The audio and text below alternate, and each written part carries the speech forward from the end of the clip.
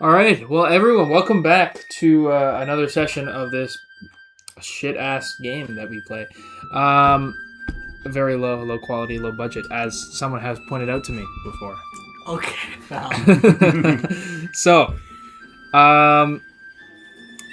So first, we'll go through the thank yous, the non-sponsored thank yous. I feel like I should have been adding the non-sponsored before these for a lot longer than I have. I'm pretty sure you have them. Oh, okay. Okay, good. Sure. Does anyone else want to do? I want to pass on the thank you torch. Does anyone else want to do it? You know what? Yeah. Why don't you do it now? There's Roll20. They have like all the D&D stuff on it, and then there's Virtual tabletop. VTT. Yeah. And then there's what's it, Pocket Bard? They do the music. That's pretty cool. Yeah. Thanks to that, yeah. And you pay like the premium one or some shit. No. No. That's Inkarnate. That's Inkarnate. Yeah. Oh yeah. Then there's Inkarnate, and that one, that's the maps. Yeah. Yes. Yeah. He's clapping for himself, by the way. That was everybody else. That was everybody else on the table. That was If this session goes horrible, I blame it on you. Well, okay. I said them all correctly. Yeah, he did. So Exactly. it was Inkarnate for the maps, Roll20 for the VTT, and of course, Inkarnate. Nope, I said Inkarnate again. Okay, and so it's gonna go well. It's gonna go well. Pocket Bard for the music. Pocket Bard probably being one of my favorite ones here. Music is amazing. And all the sound effects are just beautiful. No. Play a couple for us. Just wait until he reaches the fucking screen. That's not on this one. Or the glass shattering one. So- or the cannon. I don't use half of them because I really don't have... Like, I tried RPG...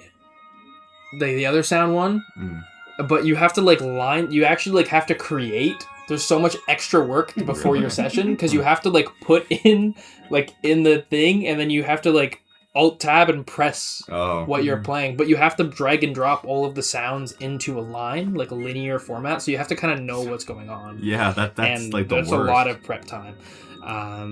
It's like Batman with prep time versus someone else kind of situation, and I'm not doing all that prep work. So last we left off, you can keep all that in, by the way. Last we left off, Yeah, talking shit on some other song. I didn't name it. Last we left off. That's how you're not gonna get drone striked. It's not Amazon. It's not like the American government. Like I don't. How do you know? And he trash talking like Boeing or something. No. Spirit Airlines. That was a mistake. So we love Boeing. They're always listening. So Love Boeing. last we left off, our adventurers arrived in Dewhaven. Well, just kind of off Dewhaven on the No. Himbleton, just kind of off the coast there, landing on the beach. Then they decided to walk their way across the beach line to Himbleton, the beautiful fishing village that is just out into the water. Then Haraway, Mr. Harrison Haraway, went to his family's hooch and met and introduced his friends to his father, who's quite a non-believer in magic. The irony in that statement is kind of crazy, considering this guy's got angel wings that sprout from his back, but there's, Natural mutation. natural mutation. His father is nonetheless, though, but a nice man.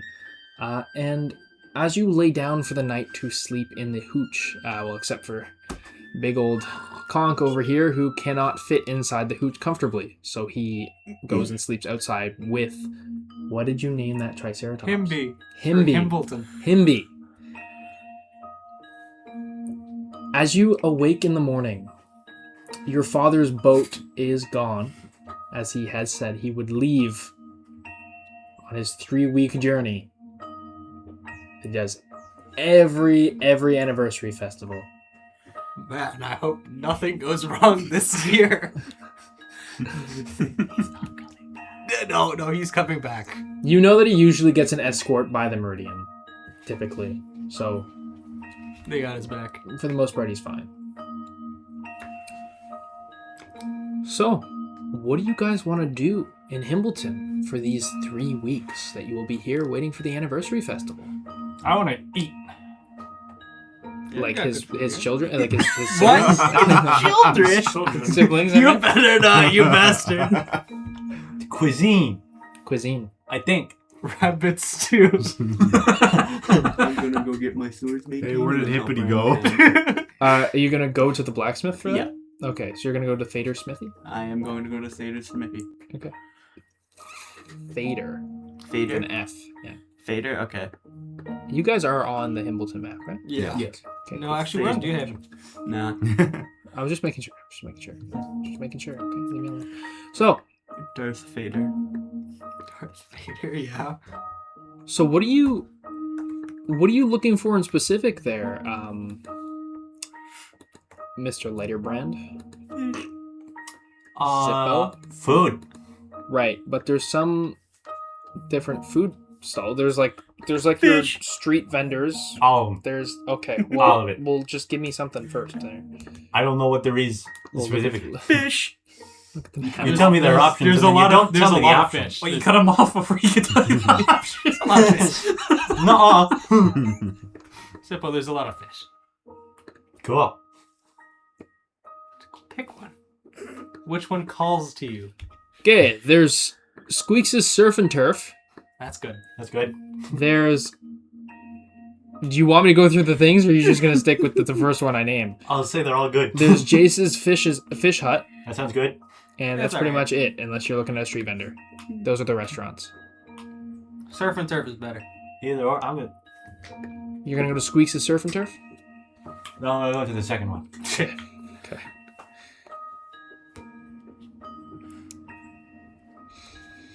Problem solved. You just walk pretty much across. You go up onto the pier, a little bit to the right, and then straight to the left there. You find Jace's Fish Hut. It is just barely just opened. You see him turn the sign in the morning. And you see an older human male. He seems a bit rough. He's got some scars and various things that come with age, I suppose, living in these times.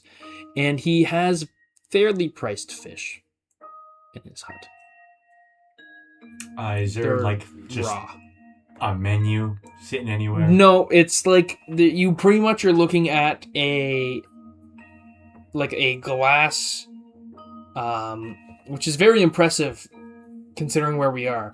You see a glass like display case with a bunch of like wicker baskets that have ice in them, and then just raw gutted fish on them.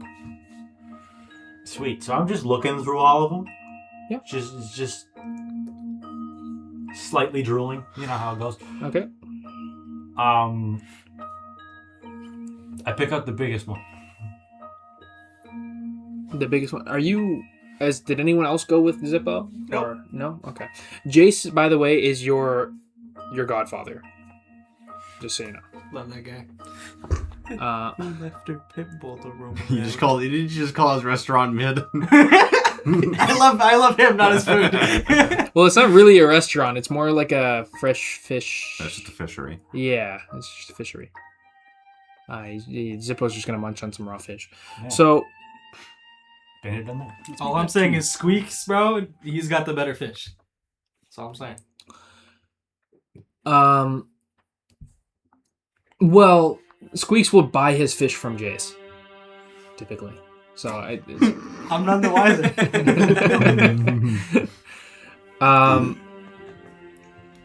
So he just kind of sits down a little bit and smokes. Can I help you with anything? Yeah, give me like the biggest fish here. Like just in the display thing. That one. Just the one in the display. Yeah, the big one. That one over there. Yeah.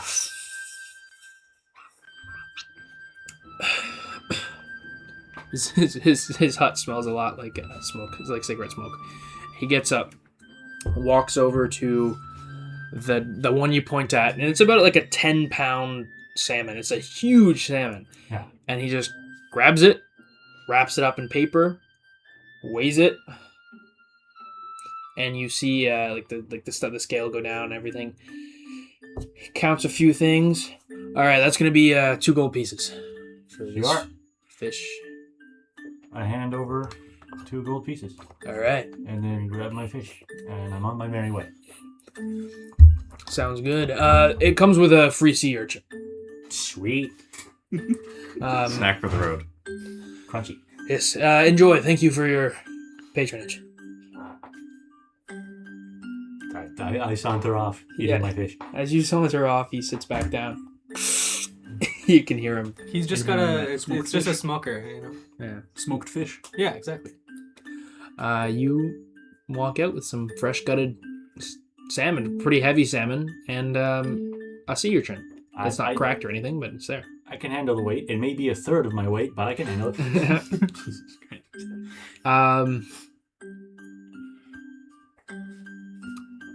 While you're doing that, we'll go with we'll just randomly eeny meeny miny mo whatever. We'll go with you. Okay. What are you gonna do, Koga? I'm going to Fader's smithy. Right, you said that. Yeah. You walk down to Fader's smithy and you see the man outside that was talking to Harrison. What can I do for you? What did you need?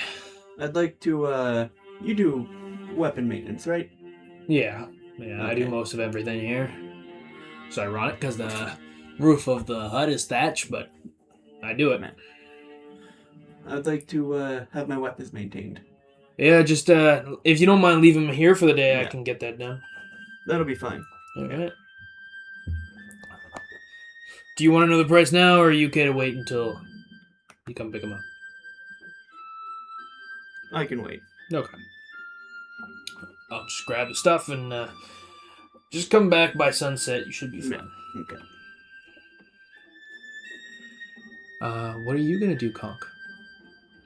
Look for someone who might know a way to. Whoever would be most likely knowledgeable about curses. You would have to talk to Harrison. We would have to talk to the guy who lives in here. I can remove curses. But can you free my hands, Rabbit? Haven't tried. Spell I developed when we were on the boat. I just thought that the enlarged spell was more important to show off first. Would you like to try? Yeah, I can give it a go. Try to remove curse on him. Let's see. Never read the spell's description, so we'll see if that works. New spell. Haven't tried it out yet. He might blow up, but who knows? Yeah. At your touch, all curses affecting one creature or object end. If the object is cursed magic item, it remains. But the spell... What the fuck? Object is a cursed magic item. Its curse remains, but the spell breaks its owner's attunement to the object, so it can be removed or discarded. So you can't, like, unenchant something, but you can make it so if they're possessed by it or if it's stuck to them, you can remove it. But is it strong enough? Just And bend. it's probably like in between. Just bend down. We'll. Can you upcast that? I mean, I don't No. think so, but it'd probably say if it does have an upcast. You probably have to go into like the settings part of it. I'm pretty sure that's where the. Let's just fucking homebrew it. You can upcast it. Cool. Well, it's the highest I can cast. So. Well, Well, technically no. I sacrificed my life to remove curse. 12 radiant. Next time, it'll at least be 13. Okay. 13 fire this time. Always Do gotta you know go what higher. happened there, Ben? No. Oh, in our other campaign, he gets struck down, and I said, "Do you want to go out in like some kind of blaze of glory?" And he says yes, and he upcasts a spell, a first level spell, to 9th level. He could do anything 9th level, but he does that, and it does 12 radiant damage to one guy He sold his soul But to also- a devil. for 12 radiant damage. On multiple different creatures, you know. Yeah, 12 yeah, radiant but damage. still, like 12 radiant damage. Yeah, It was Yeah. worth it. it was definitely a moment of glory. Like he just rose up out of the air, just, and then just like the bad guy gets hit. That kind of fucking hurt. Oof. Probably hurt his eyes more. That's kind of bright. no, not that. Are you going to upcast? I can't. It was more like You a can. He said you can. I'm not gonna upcast the spell and die. no. You You won't would just use die. exhaustion. It just uses exhaustion. And then yeah, I'll upcast it. Get tired. You will drain energy to do So it. that I'll upcast it to level 9. So you take. What level is it? 3rd. Okay, you'll gain 6 levels of exhaustion. That's fine. We're going. It's going. We're just gonna be a long rest. You go to 11 technically in my game. 10 is the last one you can get. 11 you just die. I feel like there should be a Fine. limit to how much you can upcast. Yeah, but it's meant to take more out of it's more for like a battle situation, whereas you would then have a -6 to all of your rolls For the rest of the fight. for the rest of the until you Right. like this guy. Aren't you still like actively dying? No, we No? rested since then. Oh yeah, right. It's been like a while. Yeah. So anyway, I'm just typically it's meant for more of like in battle stress moments. But if you want to take, I will say if you want to take 6 hours of trying to cast it to break it, I will let you take the 6 levels of exhaustion. Pretty much meaning that you're trying to cast the same thing over and over again. For 6 hours straight. Yeah. Well, Honk, if you're up for it, I can try to break the curse. So To free my hands. yes. I don't know what other curse I would be breaking. I don't know either. You do Assuming it and it's then a he just curse. gets 20 intelligence. It's like, Do we I'm smart now. I can fix Do my we own even know- ailment. Jimmy Neutron brain blast. are you sure that's it, like it's a curse? Like could it just be like a really strong metal I don't. like attached to your hands? I don't remember. You don't remember. You- Well, we'll find out. Okay. where are you doing this? My room. No, he can't fit. By Himby. By Himby, just in the middle of Himby on the explodes. beach? Himby explodes. Just on the beach? Actually, wait. No, we should do this somewhere like No. spiritual. Or Do you want to go shit, yeah. talk to someone maybe? See if someone can give you a... I'm gonna go some- see Mycene Flower Spirit. Okay. I bet you she has some Some info space on for this Conk. shit. Okay. Also, I think she has my books. I feel like I remember that. Yeah. She was given your books. Yeah. Okay. You two walk to Mycene. She opens the door, greeting you. What can I help you with? Well, I have my friend here. His name is, Conk. Hi. Pleasure to meet you. As you can see, his hands are covered, Right. and I was hoping to try to break the curse. Come inside. I'll have a look. Okay. He should probably stay outside, yeah? No, as long as you can squeeze through the doorway, I've got space. Just gotta be really careful, okay? Don't break anything. Yes. Especially anything hanging. I have potions hanging, so if they fall, they could kill someone. Just Be very careful. Yes.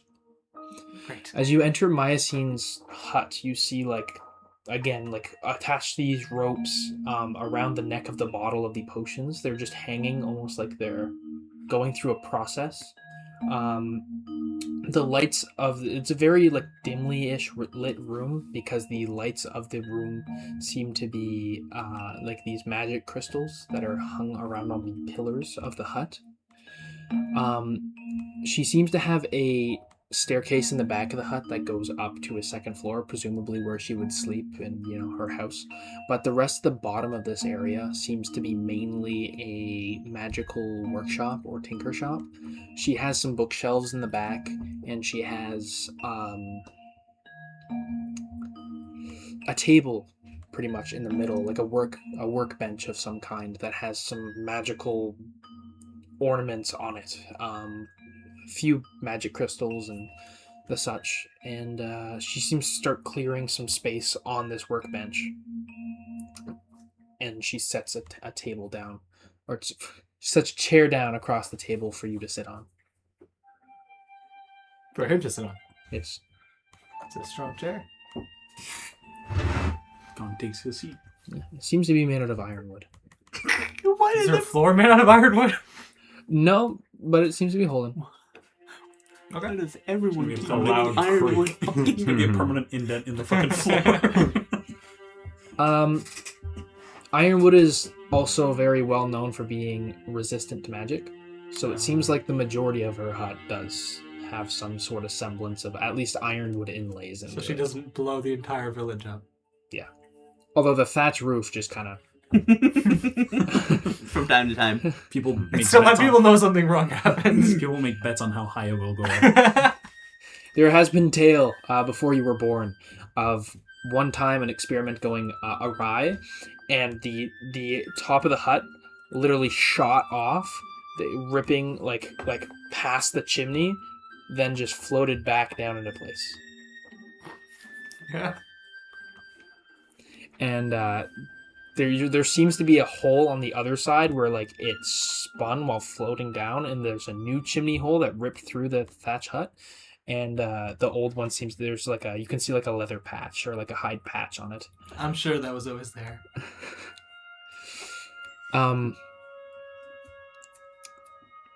There also seems to be a back door out that has some curtains in front of it. Very expensive looking curtains that go out to her pier, where she sits and does a lot of her thinking. As you sit down across from her, she closes her eyes and begins to move her hands around your encased metal hands. And you can see this like green, almost like magical light emanating off the palm of her hands as she works around the metal. And now you can start to see almost like hairline fractures inside the metal, where it just didn't case or cast right around your arms, that are being like illuminated with a different color of magic than the one on our hands, presumably that being something magical inside the gauntlets themselves. You can almost see like it's like the same color that your runes around your body light up. It seems to be like pulsing through as she moves her hands over a certain section. You can almost see it almost like the northern lights as they kind of go across the sky. It's the same kind of situation around these very, very hairline fractures. Specifically, you can see most of these fractures around the knuckles, where you have been absolutely obliterating people's skulls. Do you see this, Harrison? Yeah, I do. That's quite something. So, do you think it would work? She's still in the process of...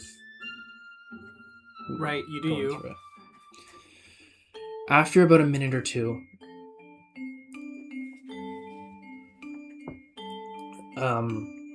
she gets up and opens her eyes. It's worth a shot, Harrison. I would start, though, just normally casting Yeah. it before spending too much time. Yeah. Maybe it'll work. First try. Yes. Yes. How many third level spell slots do you have? 3, I think. Oh, okay. What'd you say? You'll be fine. You'll be fine. 2. What? 2. Yeah, you'll still be fine. So that if you had 1, then you'd have to use, if it didn't work, you would have to use 9 levels of exhaustion. And then I would. Yeah. And yeah. Well, no, you wouldn't die. You would just I would be be 9 out levels. of commission for a You while. would be very exhausted. Oh my goodness! Oh my god! Ages, You'd be 30 deranged. You see him years in and a exit single the hut, and spell. he's just like, An old man. An old Big ass beard. It turns into one of those man undead. Turns around just a skeleton. skeleton with a beard. Skeleton Okay. with bunny ears. Well, you don't think I could do it here? that should be fine. I have plans to go out on my boat today. Oh, and one more thing. My spell books and like scrolls and just all that general stuff. I was told it was dropped here. Oh, yeah, your father called them fairy tales. Fairy tales, right? Yeah. Yes, I've taken care of them. Were you interested in collecting them? Yeah, just like all my stuff. Assuming he gave most of it to you instead of just throwing it out. Well, I got very few things, but Oh no. the stuff I got, I kept in its own section. Don't worry, I didn't mingle it with my stuff. I figured you'd come back for it eventually. I appreciate that you didn't think I was dead. Well, no, I could feel that you were alive, just Thank you. somewhere. Yeah. Thanks. Well, I'll get to it. they're in a crate upstairs. They'll have your name on it. Oh, okay. Um, I'll go get that later. Sounds good. I'll be stepping out now, so just try not to explode my hut, please. Try not to. Again. Thank you. Again. She would, when you were younger, she kind of influenced your decision to take up learning magic a little bit, but you kind of went to her for more questions rather than actual like studying. You found out most of your stuff yourself. She's a G. She seems to walk out the back door, and you can hear her get onto her boat and begin to paddle away. Magic lady uses a paddle. Yeah. Well, if you could see outside, she's not touching anything. She's just sitting there, and the boat is going. Zippo, as you're walking across the pier, you just see an elf sitting there very calmly, and you see the two oars on the side of the boat just going. You can see like green magic like wrapped around them. Okay, no, I thought it was just like the fucking source filmmaker's slide. She's just moving. The water is even reacting. No.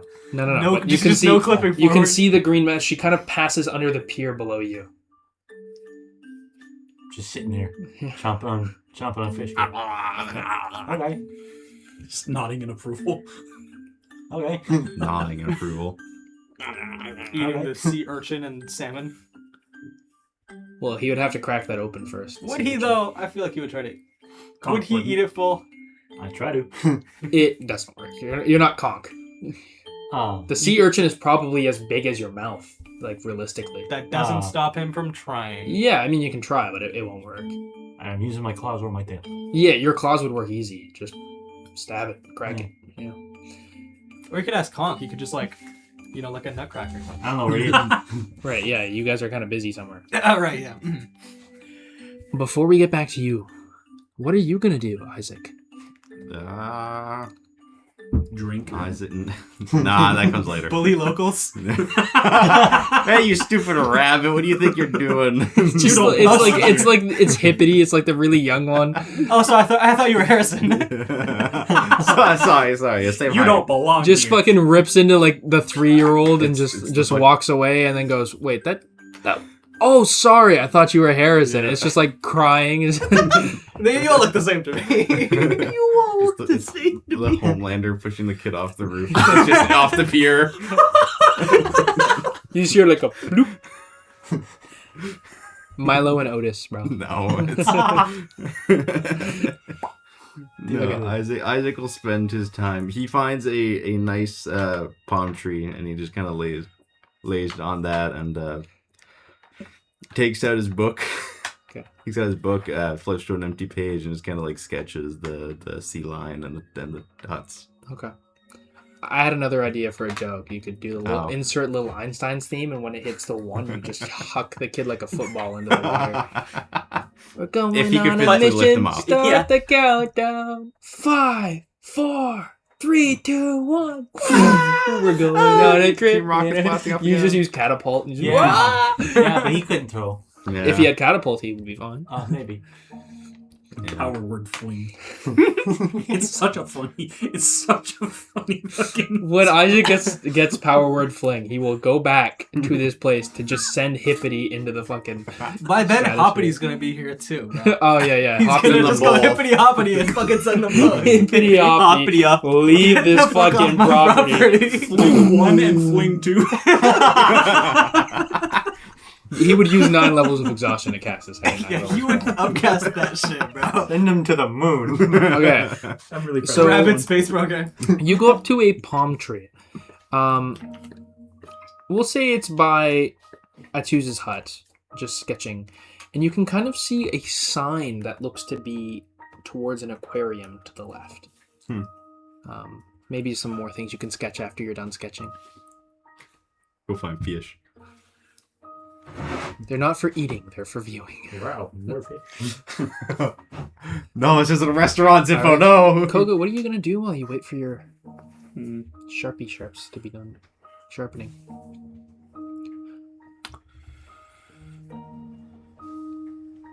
I'm gonna walk around admiring the sights. You see Isaac posted up, I guess, sitting down. The gentle ocean breeze, the waves kind of lapping onto the shore, and you can see him sketching. He seems to be at a certain level of calm right now. It's probably best not to approach him. Or else he'll explode. He just goes, ah! Does anybody else in the party even annoy him?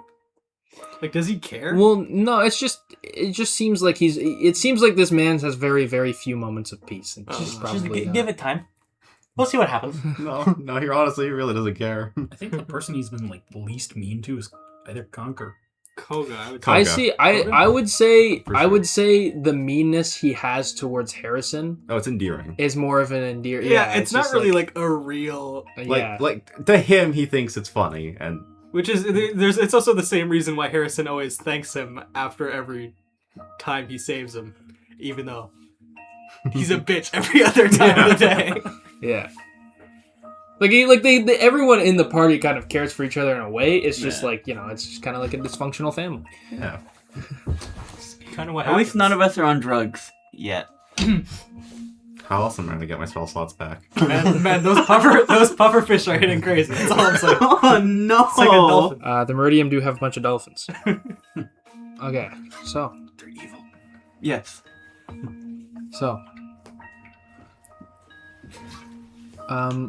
Yeah. You just walk around. Do you walk onto the pier, or do you just kind I of stay do. on the I beach? walk Okay. onto the pier. Okay.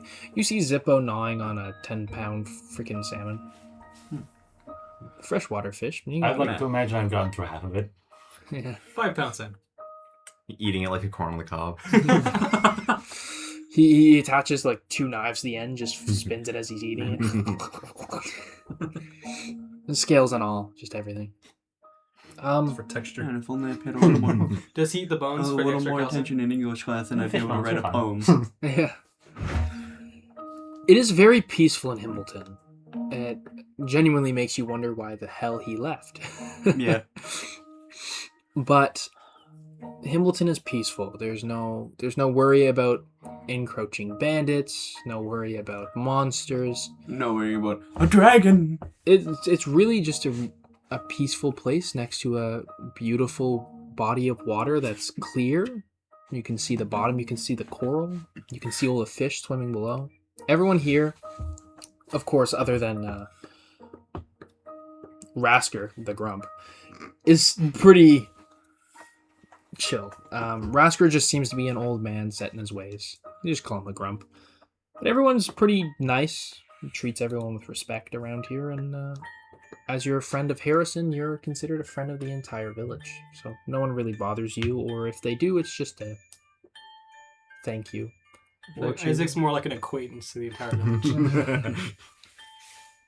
So, we'll go back to the disenchanting group, I guess. I thought you were going to say dysentery. We'll go back to the dysentery group. Conk, I can uncurse you, but it'll give you dysentery.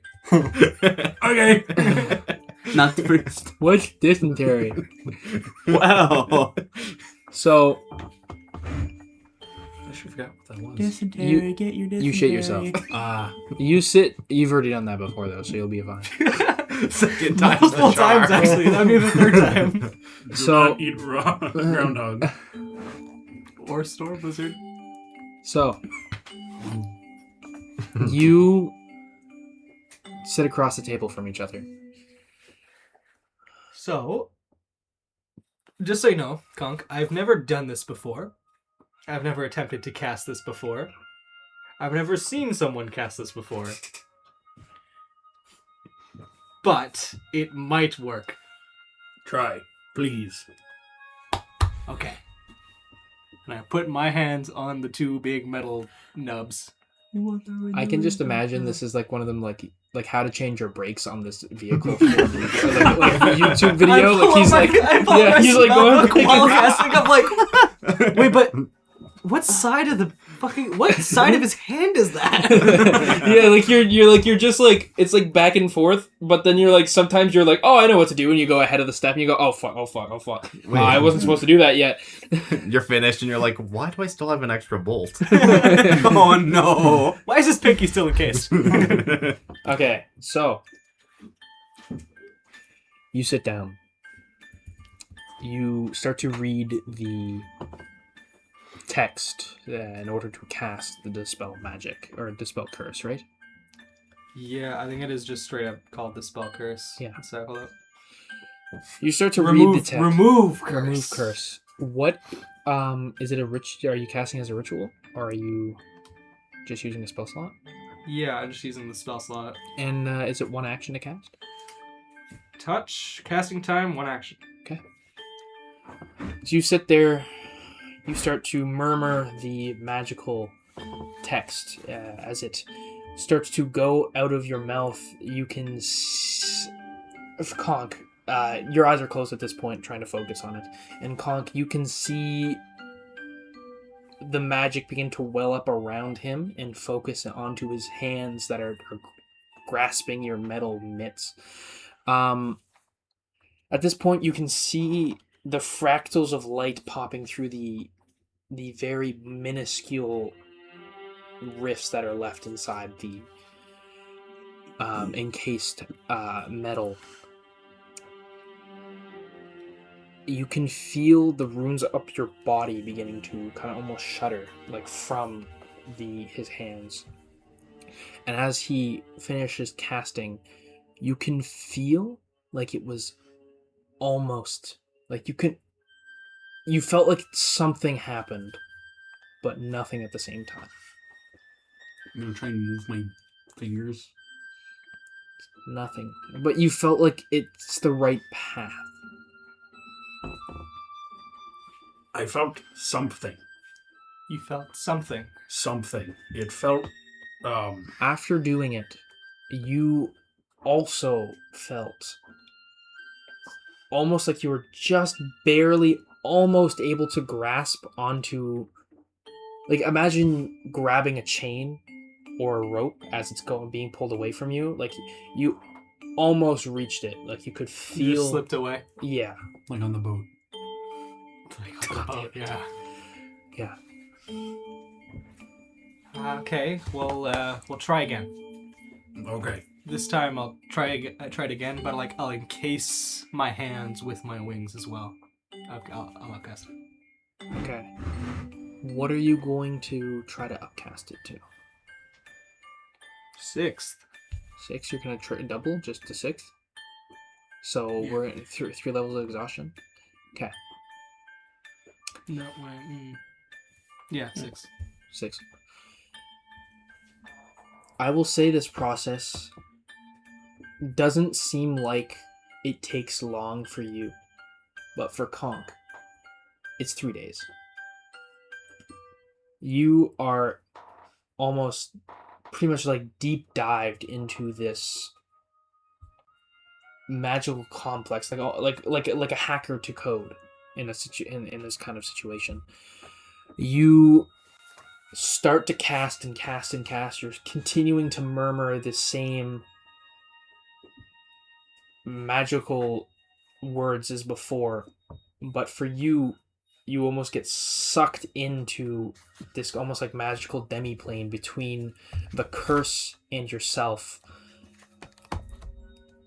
and you are the rope as you get into this almost, we'll just keep using the term demi-plane. As you're sucked into it, you can see all of these chains and ropes and shackles going around you, almost like that one rope that you were about to grab in the first place was just but like a mere minuscule part of it.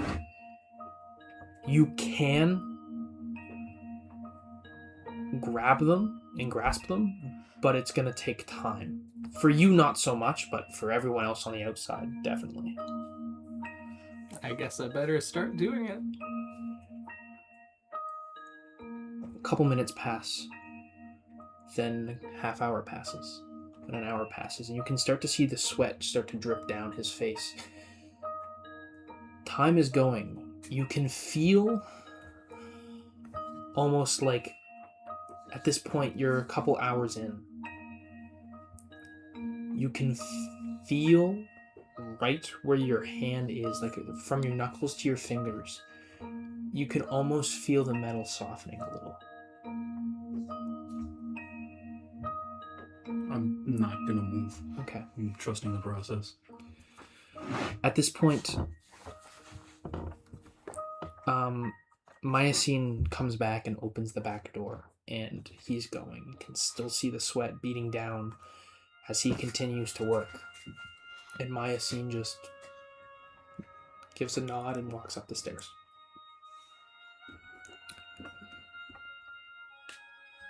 We're going to go to the other group for a second. What do you want to do? At this point, you've finished Munchin, and you can see Koga down the pier just exploring, and you've done finished Munchin. I'll go up to him. To Koga? Yeah. Okay. You walk across the pier up to Koga, who's just kind of standing at the end, looking at the open sea and the karsts in the distance. Yo, what's up? Not much. Cool. I sit down. Okay, like at the edge of the pier? Yeah. Okay. You haven't felt this at peace since back in the East when you were training with your master, and you would have that short amount of time where it almost felt like a fatherly son bond, where you would sit at the end of at the edge of a cliff, overlooking the cherry blossoms that surrounded the mountainous range. It's a very peaceful sight, just again from a different point of view. Conk, I'm going to jump back to you very briefly. As he's working, you start to get visions. Ones that seem to have been locked away. You can start to... The ones that you were having in your nightmares, you can start to remember them fluently. Like almost like a language coming back to you after losing it. So very, lucidly, I guess. Not to the point where you'd start freaking out, but to the point where it's almost like a revelation. Like your brain is being flooded with sealed memories that doesn't make sense why they'd be sealed. Just at the moment, very brief flashes of getting carved, or your grandfather, or your parents, or just very, very brief, the bitter cold, like just randomly brief memories. It's the middle of it, just... Isaac, your sketch takes a few hours, but you get the lay of the land, the grasp of it. You can see the karsts in the distance, and right as you're about to finish the sketch, you can see a whale breach the surface of the water, and you almost get like the photographic moment where now you want to draw that into your sketch. Gotta fucking raise the whole thing, But you see where it perfectly, and beautifully, it's a humpback whale, comes out of the water just slightly in the distance and lands back down onto the waves.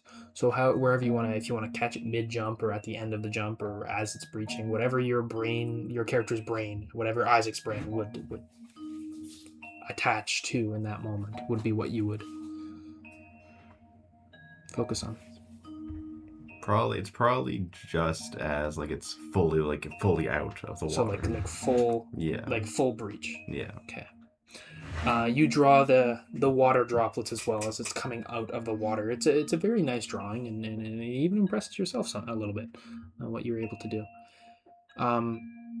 but that's going to take you a few more hours to get it perfectly to what you remembered. You're drawing even like the pinpoint barnacles from so far away onto the drawing. You want to make it a perfect sketch. Yep. To capture the memory. As you take a short break from drawing, just for a brief moment, let your hand rest so you don't get carpal tunnel. You look around at the water, just not from like where you're staring to do your sketch, but you start to look to your right and to your left, and you can see like all around the water, you can see beautiful sights, like sights you would never see before, of these whales breaching or of the dolphins skipping through the water. It's such a peaceful, serene environment, and you can see even like just so far off in the distance, you can see some dolphins that are skipping that seem to have men on their backs, so probably the meridian, but just skipping. They seem to have their spears drawn and they're going for a hunt. But it's again, even in their life, even their tribal, their hunt, it even seems simplistic and beautiful in a way. The sparkling water that rolls up onto the shore, it's peaceful. It's a very beautiful change compared to what you've been through as a party, especially, and it's a nice breath of fresh air. As for the group, this group that are continuing, a few more hours pass. Myacine, you can hear her blow out a candle upstairs as she turns off her light. And you're just... A lot of those memories that began to flood your brain are getting flushed by a single almost desire, like a voice, like anger, like almost like you want revenge on something or someone, but the fond memories you're remembering of your parents, or like the very brief, you remember them for about half a second. You start to look at your parents, and as soon as you do, you just get flooded with anger, like a unprecedented. There's almost like a memory that you're not being shown yet, as to why you would feel that way about your own parents. But you have a single desire that's remaining throughout your whole, since this process has started, and that is to return home, because you have something to do. You're angry about something there. Gon clenches his fists in anger. Okay. Please roll me a strength check.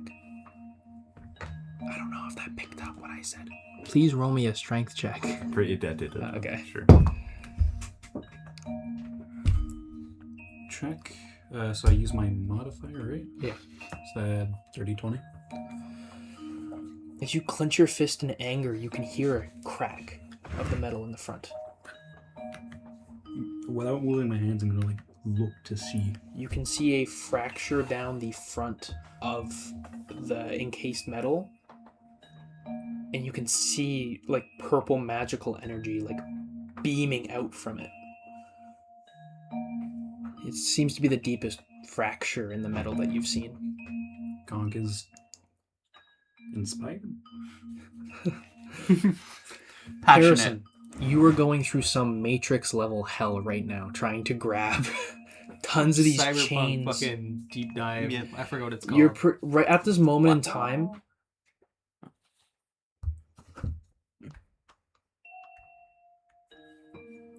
At this moment in time, chains are flying past you, and you've noticed at this point it's not about grabbing the chains. It's about grabbing onto them and pulling yourself towards where they're coming from.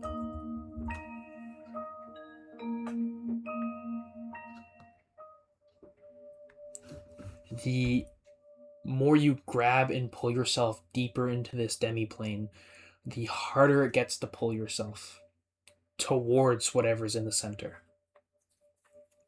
But you can almost see a very bright light in the back and some kind of figure far off in the distance, seeming to be shackled by all the chains. The closer you get, the farther the chains try to push you away, but you continue. So your body, your mind's doing this physically demanding exercise, which is what's causing your body outwardly to begin to sweat as you are Basically doing physical activity. Yes. Yeah. Mental gymnastics. Yeah, this is In the really literal high sense. level of mental gymnastics, huh? The rest of you, you've still got a decent amount of time during the day, as days last frickin' forever here.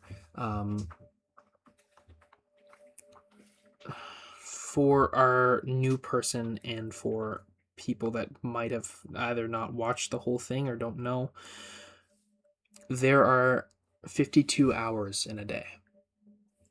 Oh.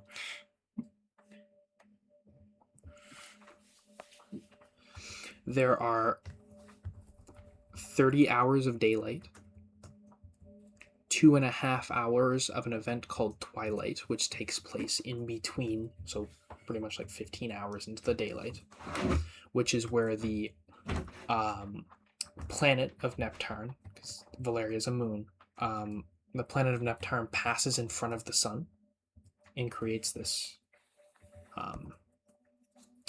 a twilight moment. And then there's 19 hours of nighttime.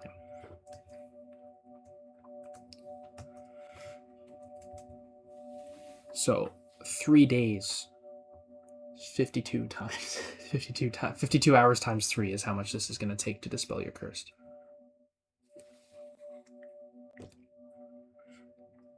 Wait, I could only imagine how long 2 months actually was. Yeah. Or the 2 years you guys missed. There are 792 days in a revolution, which is easy. how the fuck is the old man still alive? So how do you handle species ages? They go based off this. They go based off this? Okay. So if you took someone from Volaria and put them in my other world, like Domhan, they would have a significantly longer lifespan. It's about 2.3 or 2.7 times longer than Earth, or than Terra. We're just adapted to live longer. Yeah. All right. So if you need more of a breakdown, there are 130 seconds in a minute. There are 130 minutes in an hour. 52 hours in a day, 792 days in a revolution, 65 days in a revolt, which is a month, and 32 revolts in a revolution. So time itself just takes longer. Yeah. Okay. And I can't tell you why. Some god days. fucked something up. No. There is something you'll find out later. Chronos tripped. What? Chronos tripped. No, there's something that you'll find out later. There's also 9 seasons. 9 seasons. Yeah. Damn. There's Frostspire, which takes 4 seasons. That is just cold. Dew Fog, which is ice and snow begins to melt. That's 4. Plantine is the earth begins to loosen up and crops begin to be planted. Rainfall is first signs of rain. Floodsire, which is 4 months of straight downpour. Heatshire, which is the rain stops and the ground begins to dry up. Harvestine, which is the 4 months of just harvesting. Blood Sky, which is 1 month, which you guys haven't got to yet, where the sky turns blood red for 1 revolt, and it starts to kill plants and untendered animals. And then Frostfiend, which is 3 months when the ice and snow begin to creep back up onto the land. Are these like rigid seasons? Yeah. Like they always happen? Yep. And like on schedule? Pretty much, yeah. Okay.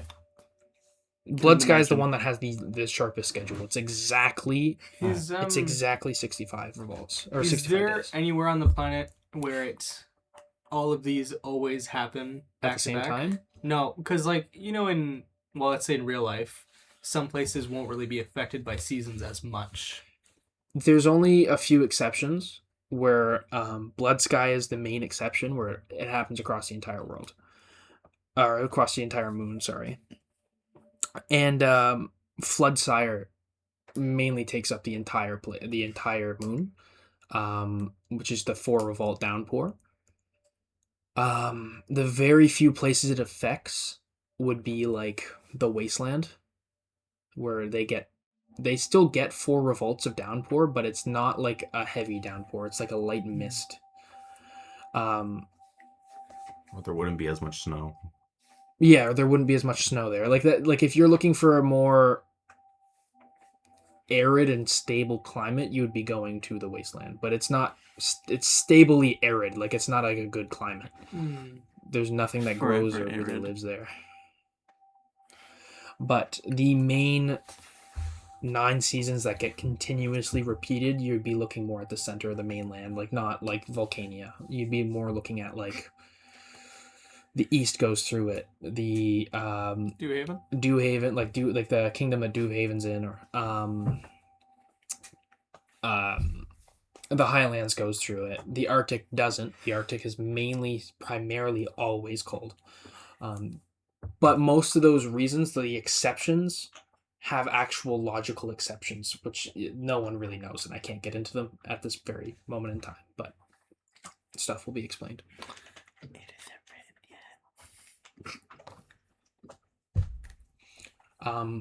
And if you go really high in altitude, the only season you'll ever get is Flood Sky, or sorry, Red Sky, or Blood Sky. It's the only one that stays the same. You're telling me if I go above the clouds, it won't rain? Yeah. Damn. Didn't know that. So. It doesn't snow either. Whoa. Minecraft like that. So. That's just if you didn't know. Well, I didn't. Yeah. So good. Yeah. The lore. Wow. But for a very long time, the seasons have been generally upheld. But there are, again, few exceptions. Like Volcania doesn't get most of them. Or the Wastelands definitely don't. The dunes of the Barren Straits don't get as much as well, like the snow or the Flood Sire. Basically, anywhere that already has extreme temperatures. Extreme temperatures doesn't have them, but there's reasons for that. The dunes weren't always the dunes. The Wasteland wasn't always the Wastelands, and the Arctic wasn't always the Arctic. So.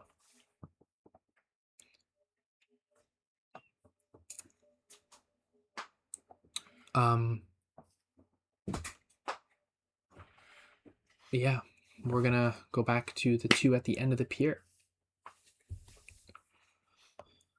What, You know, it's a real nice place. It is. I can understand why you left, though.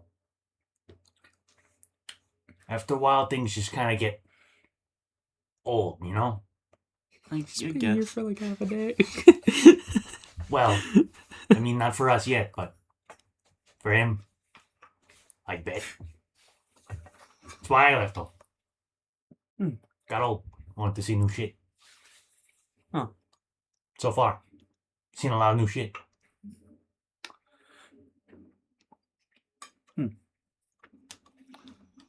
I bet that was pretty exciting. Yeah.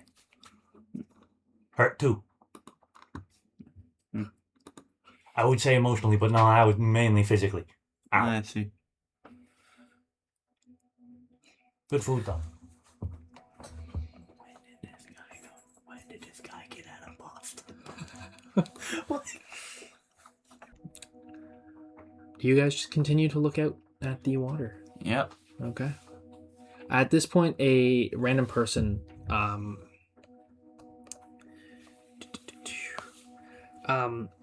middle-aged human female, she's carrying a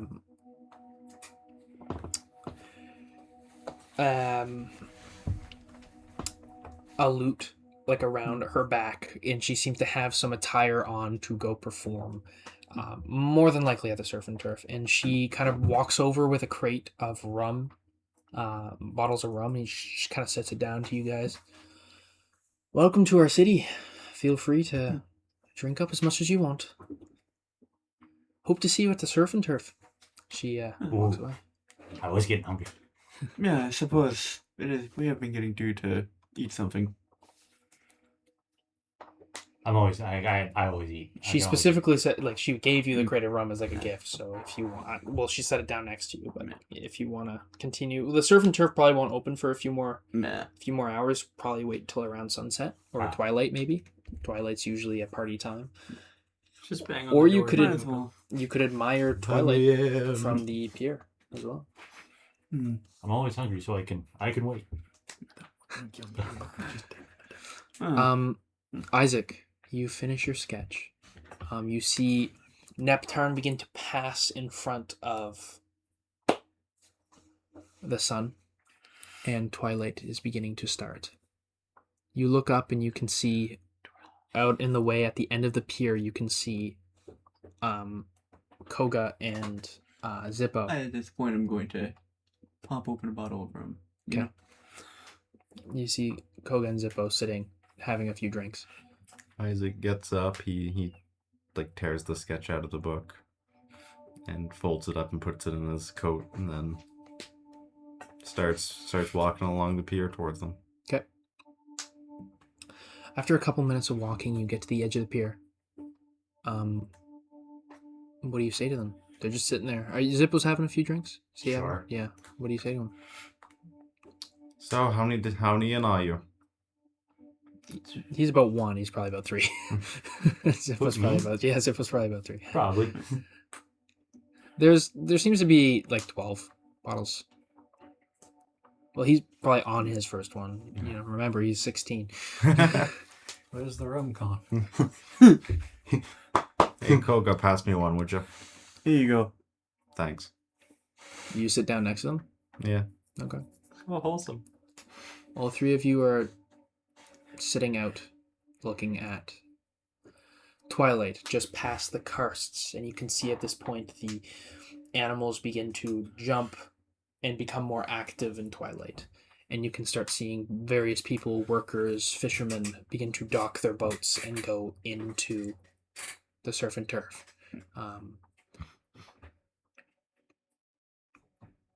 Twilight is globally more of like everything becomes more active, and it's very frowned upon to hunt or fish or take anything from the land during twilight, as it's just unceremonious. I mean, everything's very active, so it'd be very easy to catch fish, and it'd be very easy, but you're also supposed to admire the twilight itself, just like every other organism on the planet.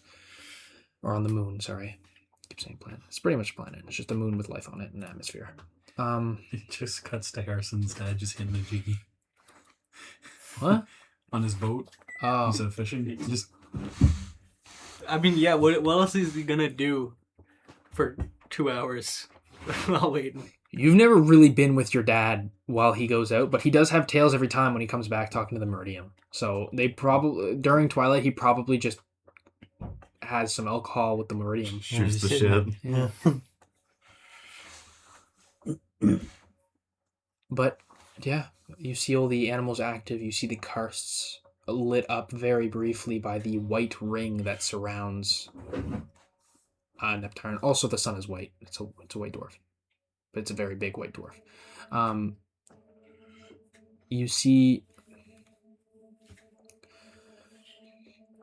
pretty much just beauty. Everything around you seems serene and at peace. The waves themselves even calm down. And all the sounds you hear are from the animals in the ocean in front of you, or the seagulls passing through, or there's a bunch more whales breaching the surface, and it's even more serene than before. You know, this really is a nice place. Yeah. Yeah. Right. I'd retire here, but I'm already retired. This is my retirement. Exploring is your retirement. Yeah. I wouldn't really call that retirement, but okay. Still, though, I get I get why people would want to be in such a nice place for Yeah. so long. I've never had the chance to be somewhere so nice before.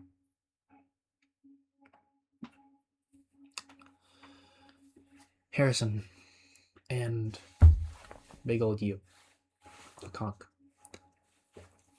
As twilight hits, you can feel almost a surge in your magic, kind of restoring you a little bit, allowing you to pull closer towards. Twilight also boosts a little bit of magic. The people who are magical in nature, or have more magic than others, I will say. Like, you guys can see Isaac is glowing a faint, like, white or gold. Like, a very, very faint. Like, not enough to let off dim light, but very faint. You can see, like, a magical aura around him during twilight. And the same for Harrison. As you continue to work yourself closer and closer, making probably about half a day's progress at this time.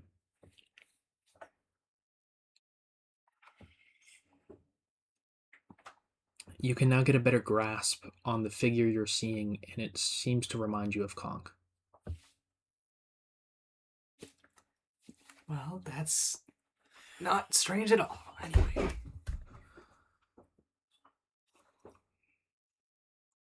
For him, anything, I guess.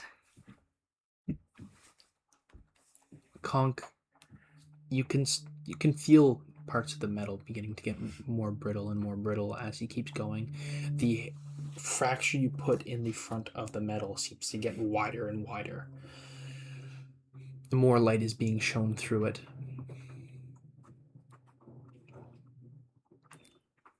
As your time continues to pass, what do the people at the end of the pier decide to do now?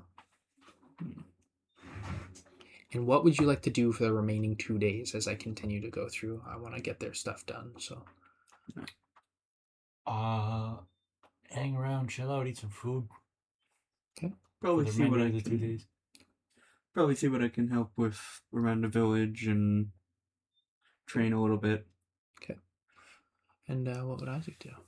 He continues his sketching journey. I guess like he just goes around and Collects his swords, draws obviously, stuff. you know. That'll be 2 silver pieces. Thanks for being friends with Harrison. No problem. No, I had I'll give you a discount. 3 silver pieces. Well, thank you. Pleasure doing business. Pleasure. He turns around and continues to work on whatever he was working on that day. As night falls, as twilight ends, people go back to work, and then later night falls. You guys have gone through your crate of rum. Drunk as all balls, you are looking out at the water. Night sets. Peaceful.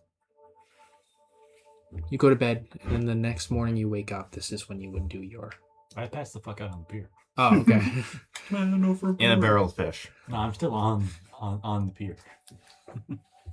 Stapled. As you guys have had a good moment drinking and laughing, maybe telling a few stories to each other, Zippo passes out. You two, do you stay by the pier, or do you go back to Harrison's? I stay by the pier. Do you also pass out on the pier, or do you go to the Harrison hut? He goes to the Harrison hut. Okay. As you pass out in the Harrison's hut, and you stay by the pier, and eventually pass out there,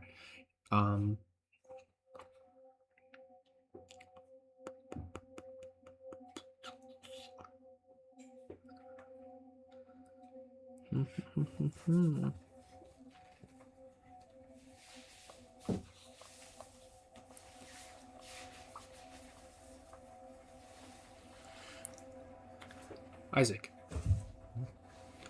in your drunken state, you have a dream.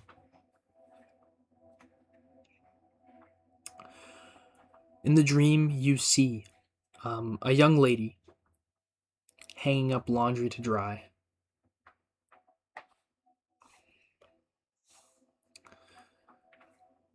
As the curtains blow on this rather fancy home, you are looking out from the dinner table, having freshly baked bread in front of you.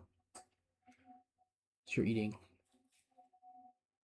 This young lady, you can't really get a grasp on her face. But she turns and smiles, and you wake up in a cold sweat.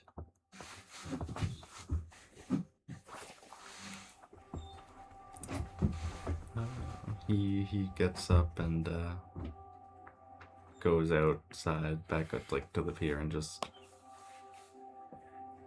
I guess, just stares out towards the ocean now, getting himself together. Okay.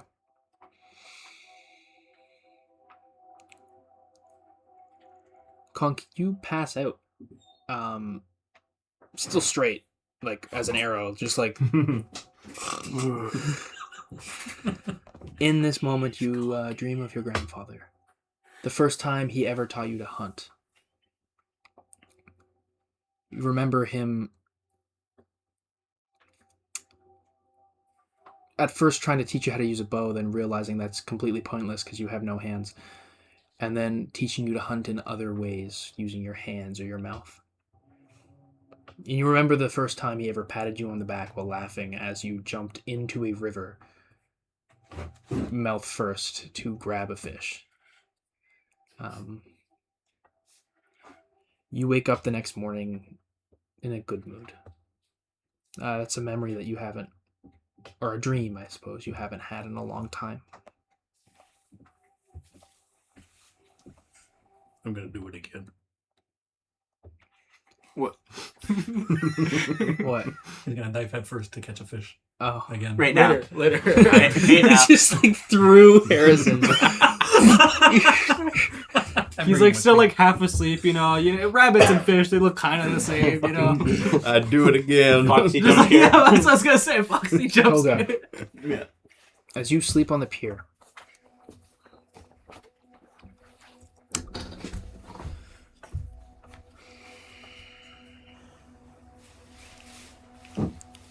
you hear the voice of what you think is your master. You can't hear what he's saying, but it sounds almost like a warning. You feel deep in your core that something, you don't know what it is, but something soon, something bad will happen soon. You don't know what it is, but you get the feeling something's going on back home. And Zippo, passed out, drunk as balls, you remember playing a game of dragon chess with your mates on the ship before the ship hit a very, very big rock. You remember the ship hitting the rock and people beginning to panic as you clambered over on top of all of them up to the crow's nest. And the ship began to sink with you riding onto it as it got pulled closer into the whirlpool. And you wake up the next morning hungover, but I guess a little saddened. He's sad now. Does he care about his mates? He's less so sad. There wasn't much of a bond. He's just a little bummed. That was his retirement money. Kind of. Life savings into that boat, man. It's a shitty boat. But then he reflects on where he is right now and what he's doing, and he's okay. You're very hungover, though. You do throw up into the water. Except for that. Yeah. you after you reflect, you're like, yeah, just throw up into the water, the crystal clear water. Chum in the waters. You see as you wake up Fish food. from your sleep, you're like, you see Myocene kind of walk down, give you a little wave, and walk over to you and hold out a piece of bread for your mouth. Thank you. And she gives it to you. You should keep up your energy. It's going to be a while, I think. I'm going to go back on the boat. Sorry. She walks out. So, for the next 3 days, Isaac, you continue. Do you guys, at the end of the day, all meet up at the same spot of the pier again. Yeah. Sure. Just drinking with your mates. Yeah. Every time this worker with the loot comes over and brings some rum, almost like maybe that's her payment, well, a part of her payment for working at the surf and turf, but she maybe seems to not drink, so she just brings it to you guys. Brings it to the fucking nearest people. At some point, we do go to this. Yeah, obviously. Center. As you get to the surf and turf, we'll say it's on your third night. Also, confused as to hell where Harrison and Conk are, but that's okay. No, we generally know they're probably I all imagine we having have an upset at some point would have heard something. They drowned. It's fine. You guys go to the surf and turf. You see a lively area.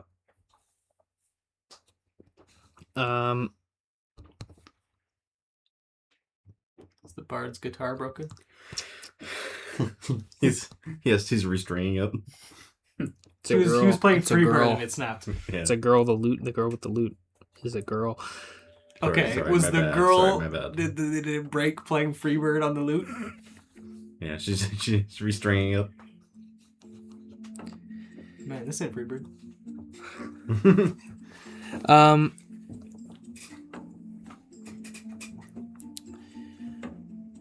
The bard seems to be a younger human female. And she seems to be playing the lute and singing while magically moving plates around to people. As she's kind of dancing and hopping through in between these tables.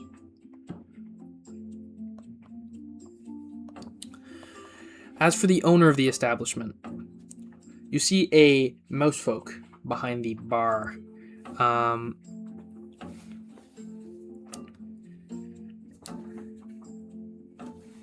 His rough backstory after talking to him for a little bit, you know that he went to school in Equus for hospitality. And then decided that he wanted a slower life. So he moved here and created the Surf and Turf. He bought it from the previous owner. It was once a rundown watering hole, but it's now definitely turned into a beautiful part of the city, or of this little village. You see some people that are from out of the village come on sailors that seem to be there, just enjoying some drink and chum. You guys sit down at a random table and menus kind of magically float over to you. And just seems to be a bunch of...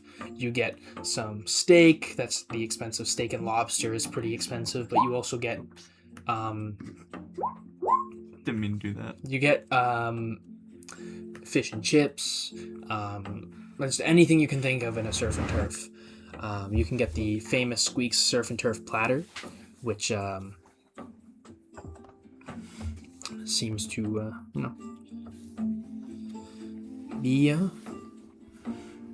be what most people go for, but it seems to be about 5 gold pieces, and it would probably feed your guys' table. Yeah. It would feed one Zippo. Do you order that as a table? Can I get one of my own? It's a bunch of different plates and platters that would take up the table. Oh, okay. Never mind. Yeah. They can just sit at their own table. Yeah, Zippo gets his own Zippo's table. Do you want to sit at your own table? No. Okay. As you guys order that, you see a bunch of different, just tons of different food come in and hit the table. And at this point, you see a young red kobold kind of walk into the door. And you've seen her before on various other Twilights. She has a almost what looks like a tribal stick with 2 things at the end where she's a flame dancer. She spins stuff around. She has 3 brothers and 3 sisters that all participate in this flame dancing act, and she just kind of walks in for some food before Twilight.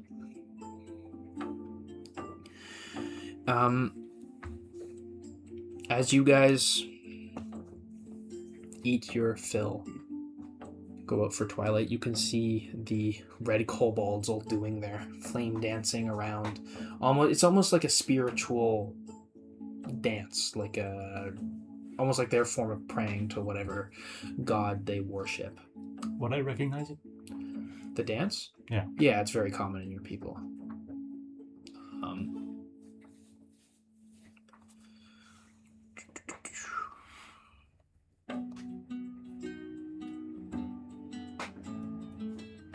It seems like appropriate time for this. It's so loud. Leave it in. You might have to do a sound warning before, dude. Dr. Pepper jump scare. This seems like an appropriate time. Boom! 500 kiloton nuclear bomb. Dr. Pepper. Why'd you say like a fucking Pokemon? Pepper, Pepper. Dr. Pepper. Have you never seen Dr. Pepper and he just fucking pours it on a laptop? No. That sounds horrible. Oh, no. What is that? Cookies. Hey, he just has a lot of food, man.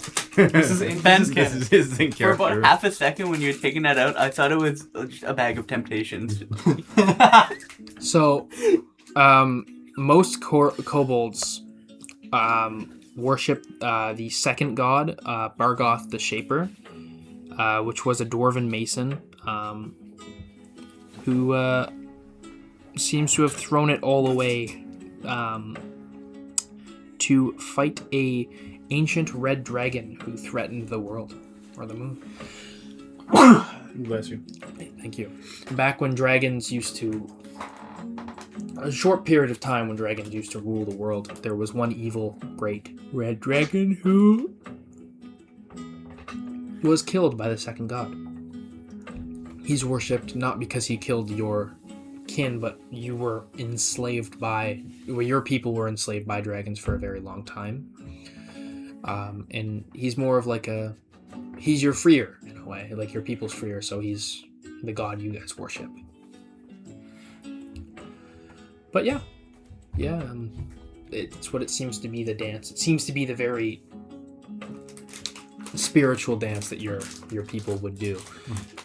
You don't know how to do it because it's saved for priestesses, but Igla seems to look like she was a priestess from wherever she came from.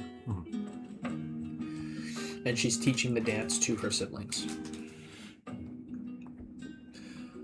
So, as you guys leave, and the 3 days will pass, we will go back to you two.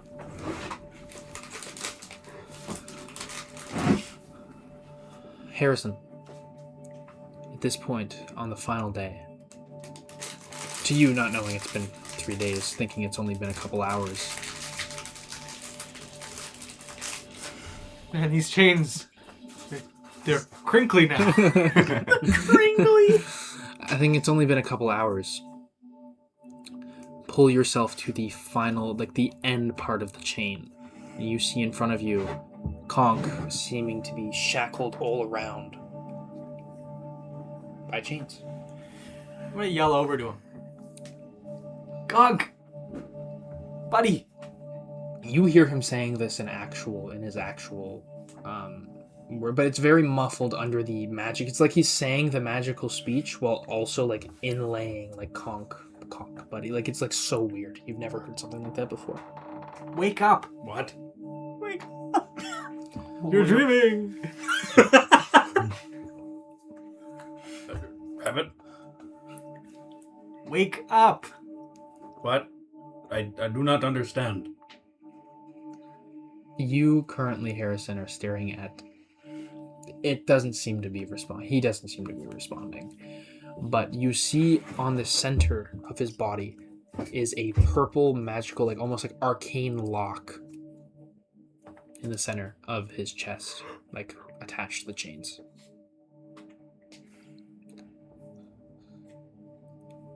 You don't think you could actually interact with Conk here. You think it's more of like a Yeah, worth a shot. Yeah, it was more like a metaphor situation, but it was definitely worth a shot. Save me the effort of having to go the rest of the way. What do you want to do? How close am I to like being next to him? Or You am I, are like... next to him. Oh, well, I guess I'll try to unlock the lock. With what? Magic. Okay.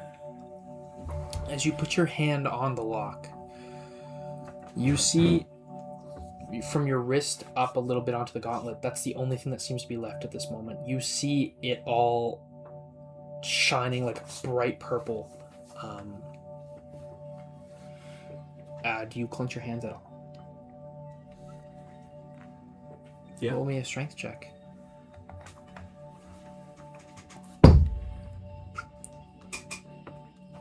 $11. I'll give you advantage because he is currently helping you in this moment in time. Magically. Dirty 20. Dirty 20. You clench your hands really tight and you can feel up to your wrist like crack all over. Yes, Rabbit. Keep going.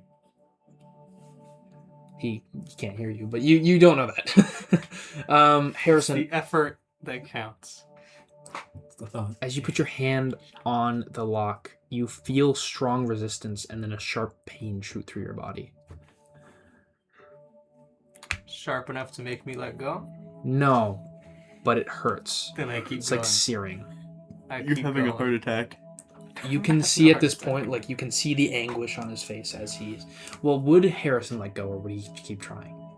It would technically be enough for someone to let go, but would Harrison try I to don't push think through? so. At this point, I don't think so. He's been through a lot. He's almost died multiple times. I feel like a little bit of pain isn't as bad as getting skewered twice. and Or shot out of the basically- air. Or getting shot out of the air. Shot or out of the air. Waterboarded, basically. Okay.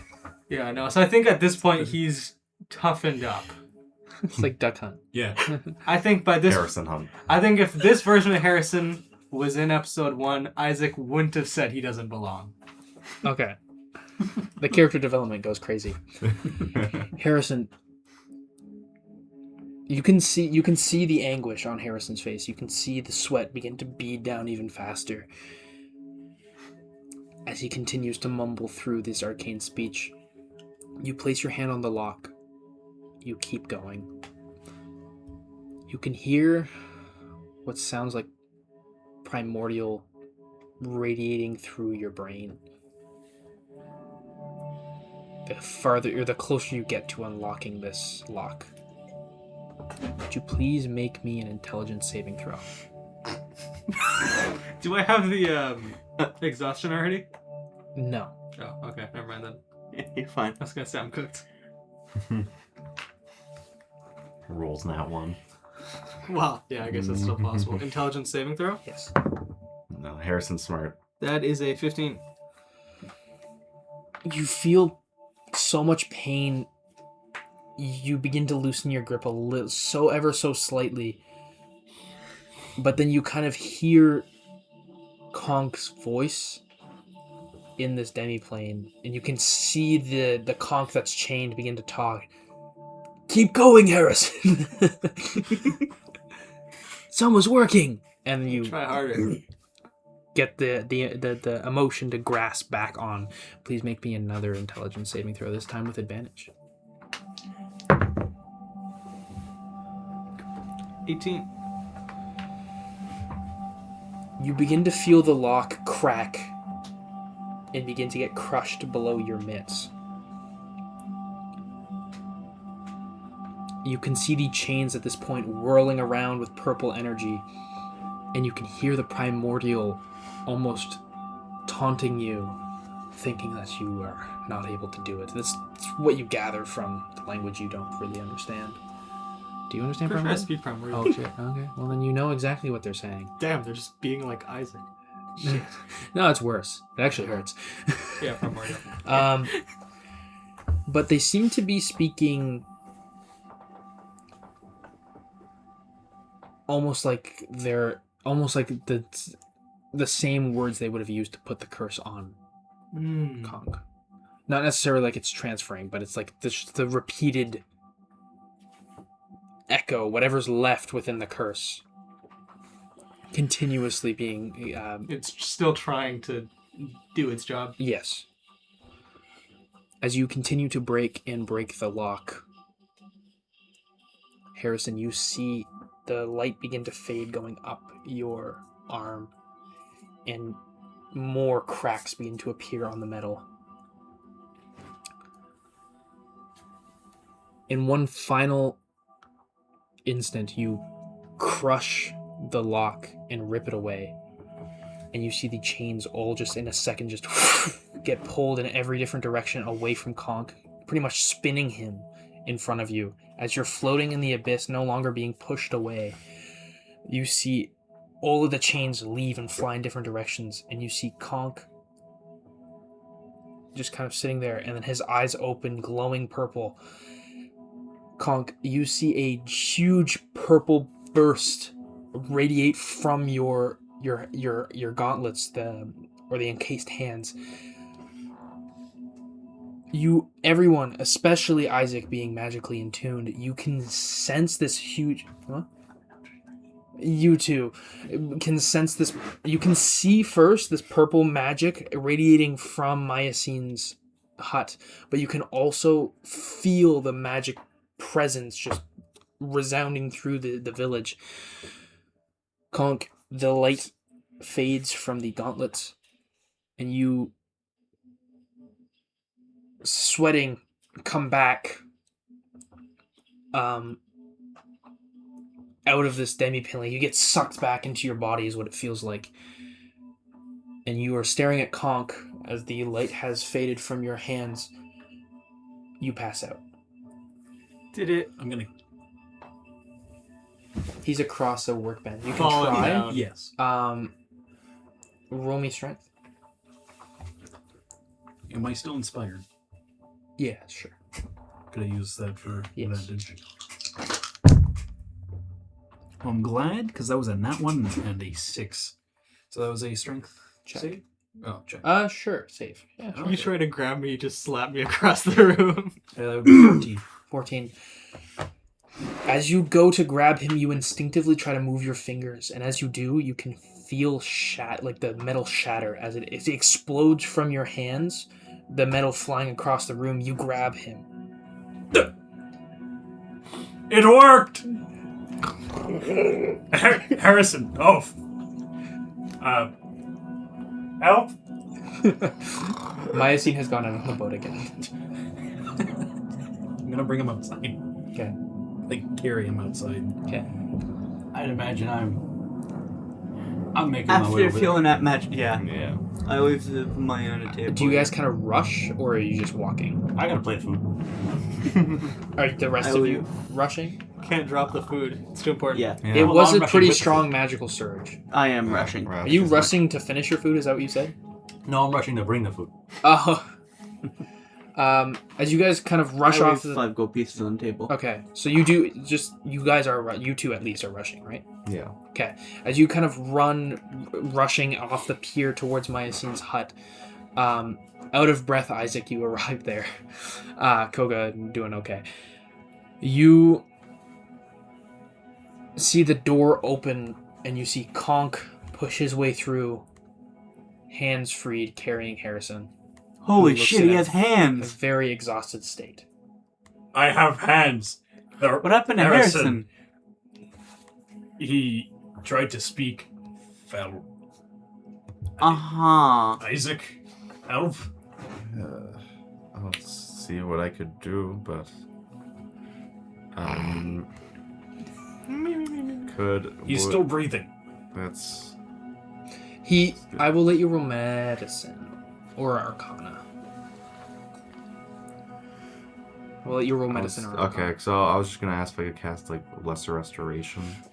It only cures blinded, deafened, paralyzed, poisoned, but Well, I'm not any of those. I know, yeah. We can say it will restore a level of exhaustion. I'll give it that. Yeah. As you cast it, you've seen that it seems to lessen his state. He breathes a little less rapidly, but you can gather that he's just overused his magic. He's just gonna need rest, okay? Good. He's fine. Good.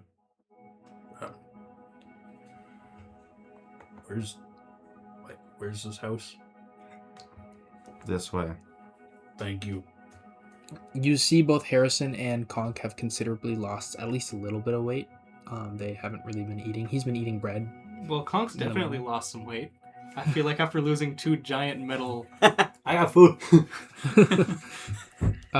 You running out with this giant platter. You see all of the food like meticulously stacked up. Conk, you are staring at a plate of meat that you could eat yourself for the first time. No, I'm not gonna throw Harrison. I'm gonna hold him in one arm, pick up the plate, and just walk. Conk, And follow give him. me Yeah. I don't think he was giving you the whole plate. I I can think take he was Harrison. giving Pick you. it up. Oh, okay. You I grab he just Harrison. grabs the plate from your hands. This is food. Where's I his take home? Harrison from Conk. so Okay. yeah. He gets pulled out of your hands. Look, to go on you your should tippy rest toes. too. You do look at y'all. You have 2 levels of exhaustion. You have 2 level of E EP. Well, he did his I- job great. I'm hungry.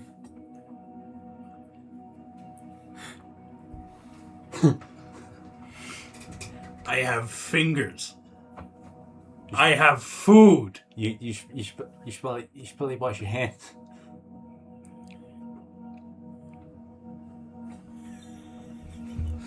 They do kind of smell like. Do you know that smell when you take a cast off? Oh. That's kind of what they smell like. Except I've probably never broken a worse. bone. So. Oh, yeah, it's worse. I feel like but- there's less breathability in the metal. yeah, but the curse did some kind of a job at keeping it at least relatively clean.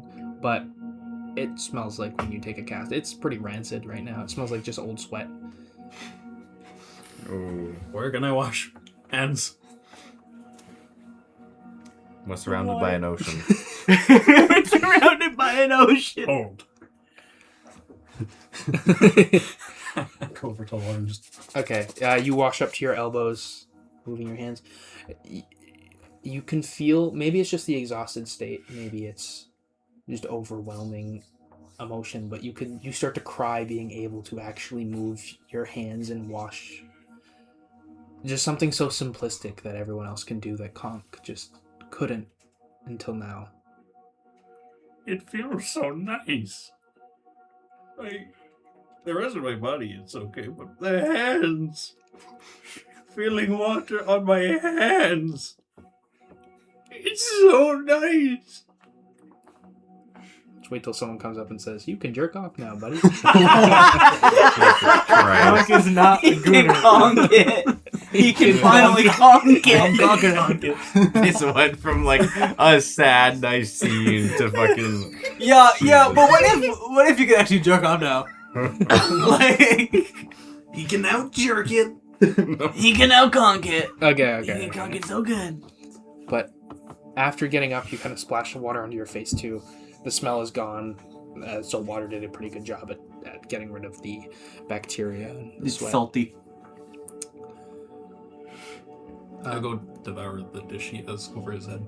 Okay. Just you can see kind of like bits of meat dropping down like around like It's like it's a like an umbrella. downpour. Yeah, it's like you like a whole steak kind of falls off and you catch it with your foot.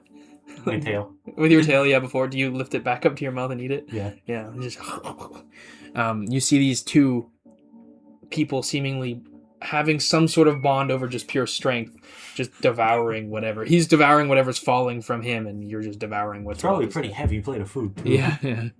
It slowly gets lighter and lighter. Yeah. Koga, let's get Harrison back to his Yeah. home. As you do, Harrison's mother seems to be preparing a bit of carrot stew, and you kind of walk in. Has he overused himself again? Yeah. For a No. good cause, but yeah. He'll be fine. Okay, just have him go rest. I have some carrot stew for whoever's interested in it, I guess. Yeah. Sounds delightful. A few more days pass as Good Harrison Pokemon to rests.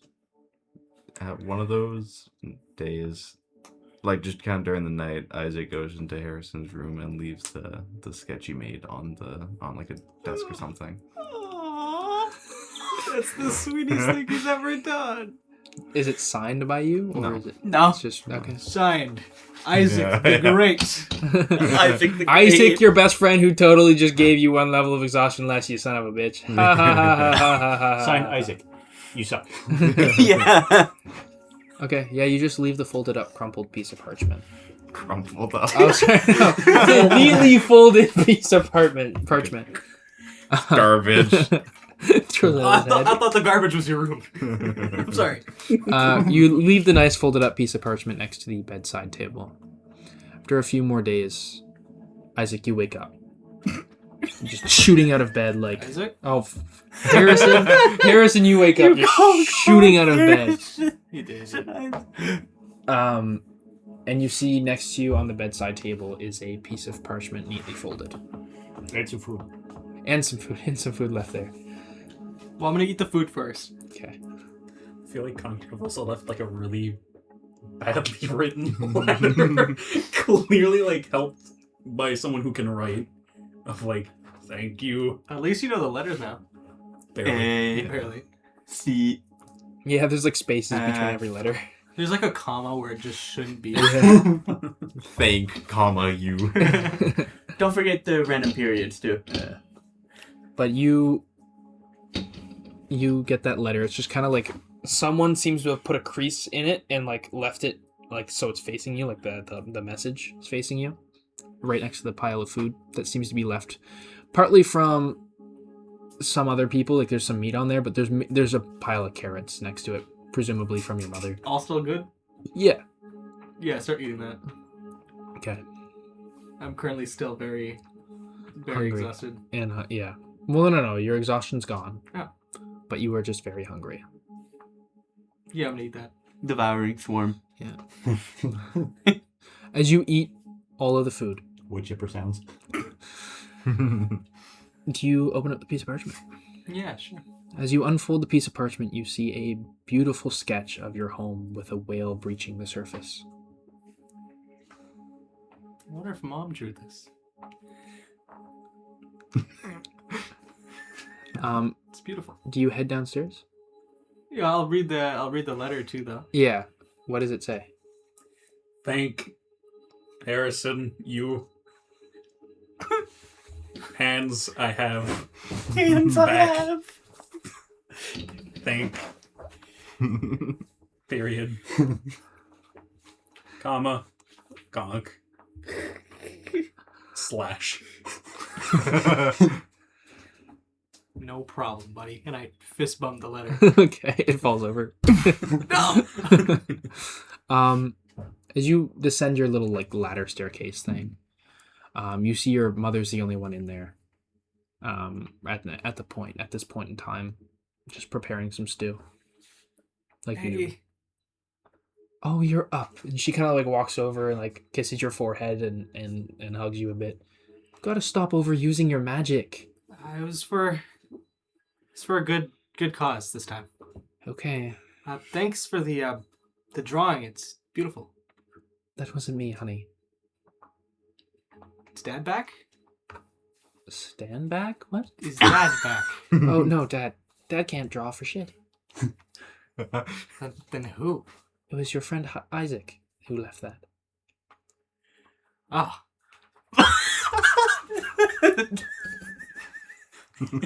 Really? Yes. Well, I'll. He seemed to have some sort of a concerned face on his, concerned look on his face. I'll tell him I appreciate it.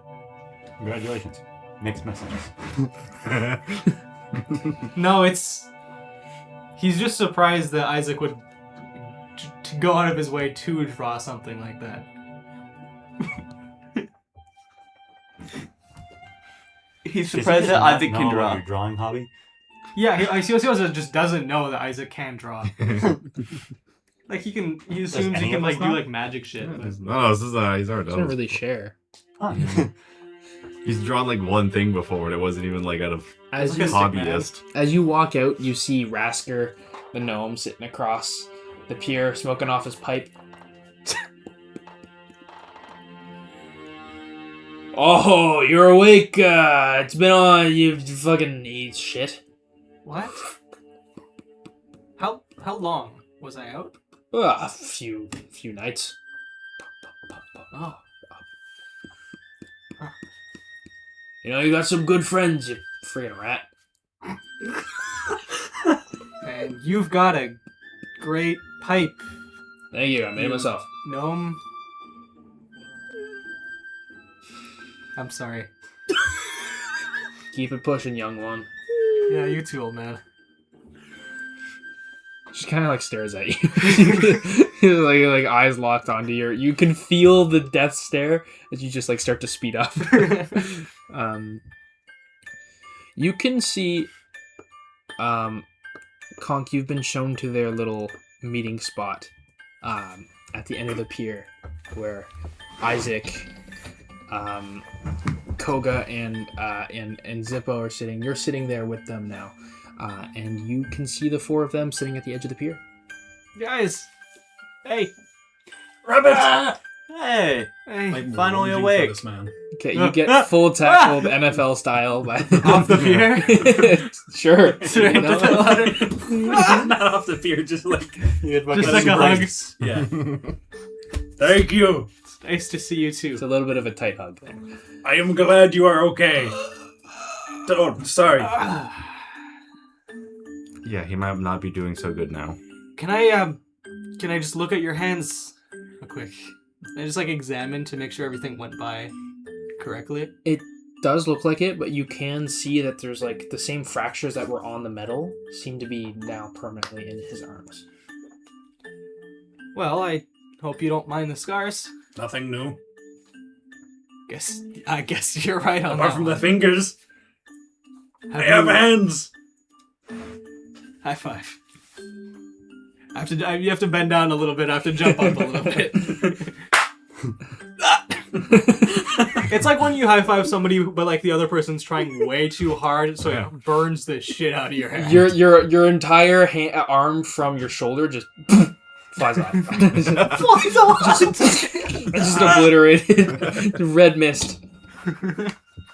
The rest of you see Harrison fully awake, conscious, and up. Ah. So, drawing, huh? Yeah, what of it? You're talented. Thank you. I appreciate it. Sure. Could have been You're a doing painter. better, Lucky Charm? Yeah, I am. Hey, I mean, you did something impressive there. Thanks. Not as impressive as summoning how many bottom feeders? At least 12. Well, that was an accident, so. 10? 9. 9.5. Sorry, Oh, that many. 8. Yes. I can count. think I'm you all surprised you have can use- poor recollection. It was 6. Oh. Why did I trust Konk's memory? Good question. So it was 11 things in total. Or his math. Or is math? You're right. I haven't taught him that yet. You can count on your Wasn't fingers that Koga's now. job? yeah. Oh. Koga, have you taught him math yet? Yeah. I In can the meantime, do anything with the one with this shape. Plus, Yes. Yeah. Addition. no more than Can you, He's you can also- count on your fingers now. He's also Yes. translated his his toe count to his finger count. Now you can count to 20. yes, Assuming you have all toes. yes, And fingers. yes, yes. I can count them if you want. You know what, Konk? Go ahead, big Go guy. for it. 1, 2, 3, 4, 5, 6, 7, 8, 9, 10, 11, He takes his shoes off. 13, 14, 15, 16, 17, 18, 19, 20. All of them. That one looks funny. Don't worry about it. Koga, It's like you half seem taken to have off. done by, a like, better the leader job some point. at explaining numbers to him it's not hard to teach someone. than I did with letters. Because I that was think- extremely impressive, actually. Letters are, I think, a little harder than. You could just teach Conk, how many rabbits are you killing or something? Like, how many... Why would I do that? Not like, No, how no, many but I carrots mean- are you eating? Or No, no, no. like, Well, because you have to put it in kill count for this guy, you know? How many groundhogs? groundhogs. How many groundhogs have you shitted? So, How many As- goblin scouts have you crushed? as A the really sun... messed up version of fucking. As 12 the Days of sun Christmas. rises and crests over the water. What do you guys want to do for your 2 weeks of downtime before the festival? Climb Climb. the trees. Oh, Use my hands for things. Basically, do anything I could have. That sounds fun. I'll do that too. Just figure out every way I can use my Tarzan hands. over Okay. here. I'm gonna go back to Myocene's hut to collect my things. okay. I'll go help him. Thanks. Well, what are you going to do, Isaac? Fucking Drink! drink. More. Yeah, more drinking. I guess. Do you all meet up at that pier to drink Yeah. at the end of the day? I'll the just go with infamous Koga beer. because I have no idea they've been doing that. Okay. Beers with the boys. Yeah, it's just rum instead. Rum with the boys. I can't drink while I'm here. My mom would get mad at me. Fair enough. Actually, no, she thinks I'm an adult. He says as he swings one back. So that did not take you a lot of convincing. Guess not. Is there anything conch-sized? No, it's No. bottles of rum. Okay. There seems to be another stack of bottles of rum now. Like, you've been given an extra crate. Can you cast enlarge on an inanimate object? Yeah. Does that work on liquid? No, because you can enlarge a bottle. I do not think you can enlarge the Well, liquid. that's the thing. Yeah, I think. I think the liquid inside of it stays the same. That sucks. So, You just have to pour more rum into this big bottle for him. In a minute. quick, quick, quick, quick! And he has to, like, swirl it. Just get him to shotgun it. Oh, okay. Wait, that's not how Shotgun that a glass bottle. Yeah, that's Glass and all. Conch could probably just fucking chew on a glass bottle. No! Is he the Grinch? No, I forgot that they're not cans. Cans don't Spoken like a exist true yet. alcoholic. If they would have been cans, I would have popped this open earlier. It's just. He goes to shotgun it. Just against his, like, face. Yeah. Okay. So.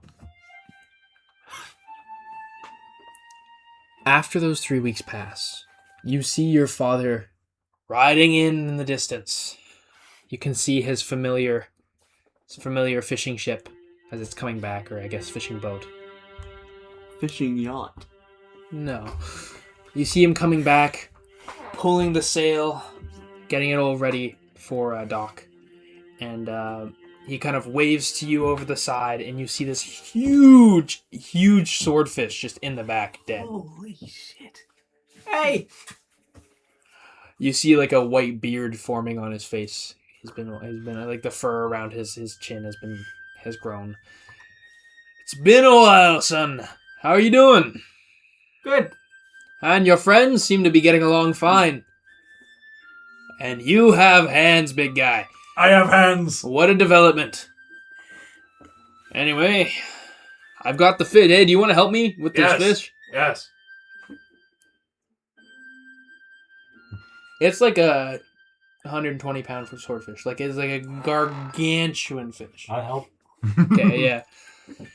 120 pounds. He could probably pick it. Yeah, by himself, yeah. Yeah. Ah. But I'm saying, but like, you can, well, I mean, you'll just be like dangling off of it, but I'm only 35. yeah, so Conk, you pick it up and you see Zippo, like, well, Zippo and you both get onto the boat to pick it up, and as you both pick it up, you just kind of also pick Zippo up, and Zippo's like just dangling off the fish. He's helping. I could probably chill out on your shoulders. No Do you problem. want to? Yes. Okay. Do you climb up the fish? and on your 35-year-old shoulder? man. Well, no, just generally over time. Oh, at okay. points. Okay. To be fair, we used to do that. I haven't done it in a while. Yeah, Nova and Harrison used to do it. But You've also been able to take better care of your hair, being able to wash it now. Yes. Silky smooth. He like gets out the water and it's like yeah, it's in like. the wind. Does Conk go for a haircut now?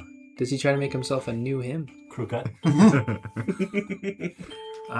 Does he go bald and shiny bald? What haircut did Conk have before? Just really long, knotted, Just like think of Aaron Founding Titan. Okay. like really long, Just not well kept. greasy, yeah.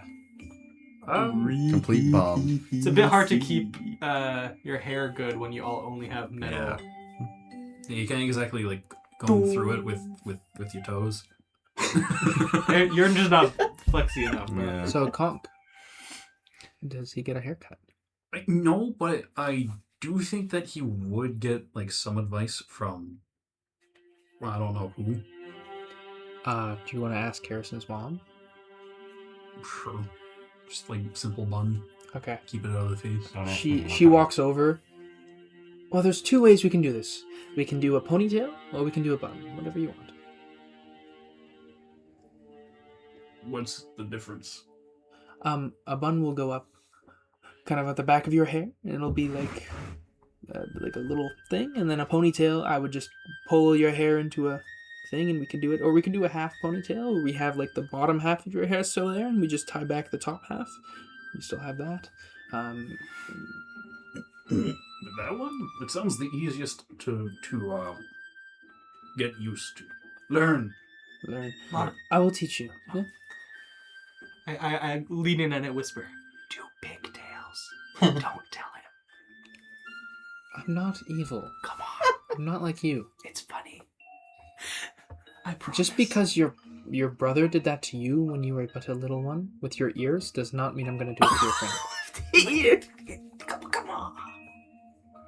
Please. Does If you want to, you can show him later. I know you were good at it with your little siblings. Well, He did think he was gay for a little bit. right. Then we found out he was a wizard.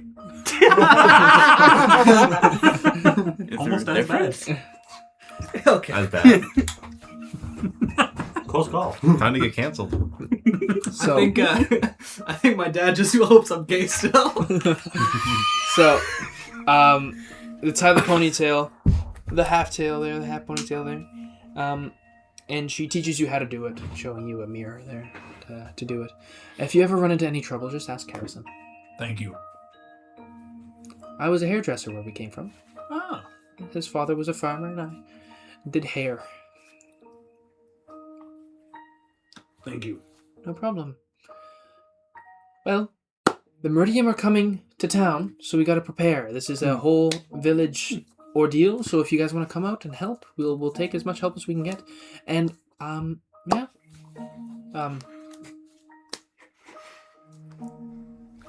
Try something, she'll be in town. Alright, okay?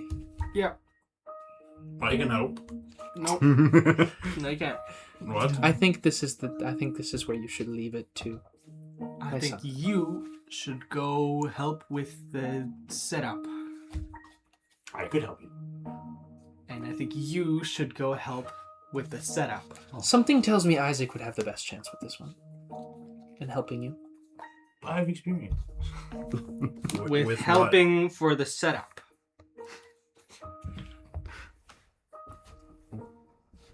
What does Harrison need to do? Oh, don't worry about it. You'll understand that when you get older.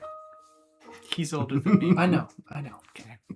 And I just look over the conch and go, women. In front of my mom? Well, what else would I be talking about? No, I was saying. Well, it wasn't offensive. Hey, he was just saying It was just that a we matter were of fact. talking about women. Yeah. Anyway, and this one's too young. So He's my age. yeah, too young. Oh. Okay. So this one seems like he's got the right amount of experience, and he seems to care for you a tiny bit of an ordeal, so he would know what's best and what's not. The Right. recluse of me. What? Just help him, please. What? Everyone else out. Everyone else out. Pick you up, put you on my shoulder. Zip on the shoulder. As you guys leave, the door closes. Okay, so the Meridian Princess and Harrison, they go back childhood friends, okay? Baroon and him. And I think they'd be a perfect match, okay? But he's just too scared to ask. So I need you to hype him up, give him a little bit of advice, because he doesn't want to hear from his mom and dad, even though we've been married for so long, and he doesn't believe that we, have our things. But, we're a very functioning family. One believes in magic, one doesn't, but we see past our differences. Anyway, I just need you to help him a little bit, He set on this whole journey, apparently, to go find something for her, and I don't know if this is the We found it. Oh. I should have it in my bag. Is that what that was for? Oh, yeah, so we almost died because of it, yeah. You didn't tell your friends what it was for?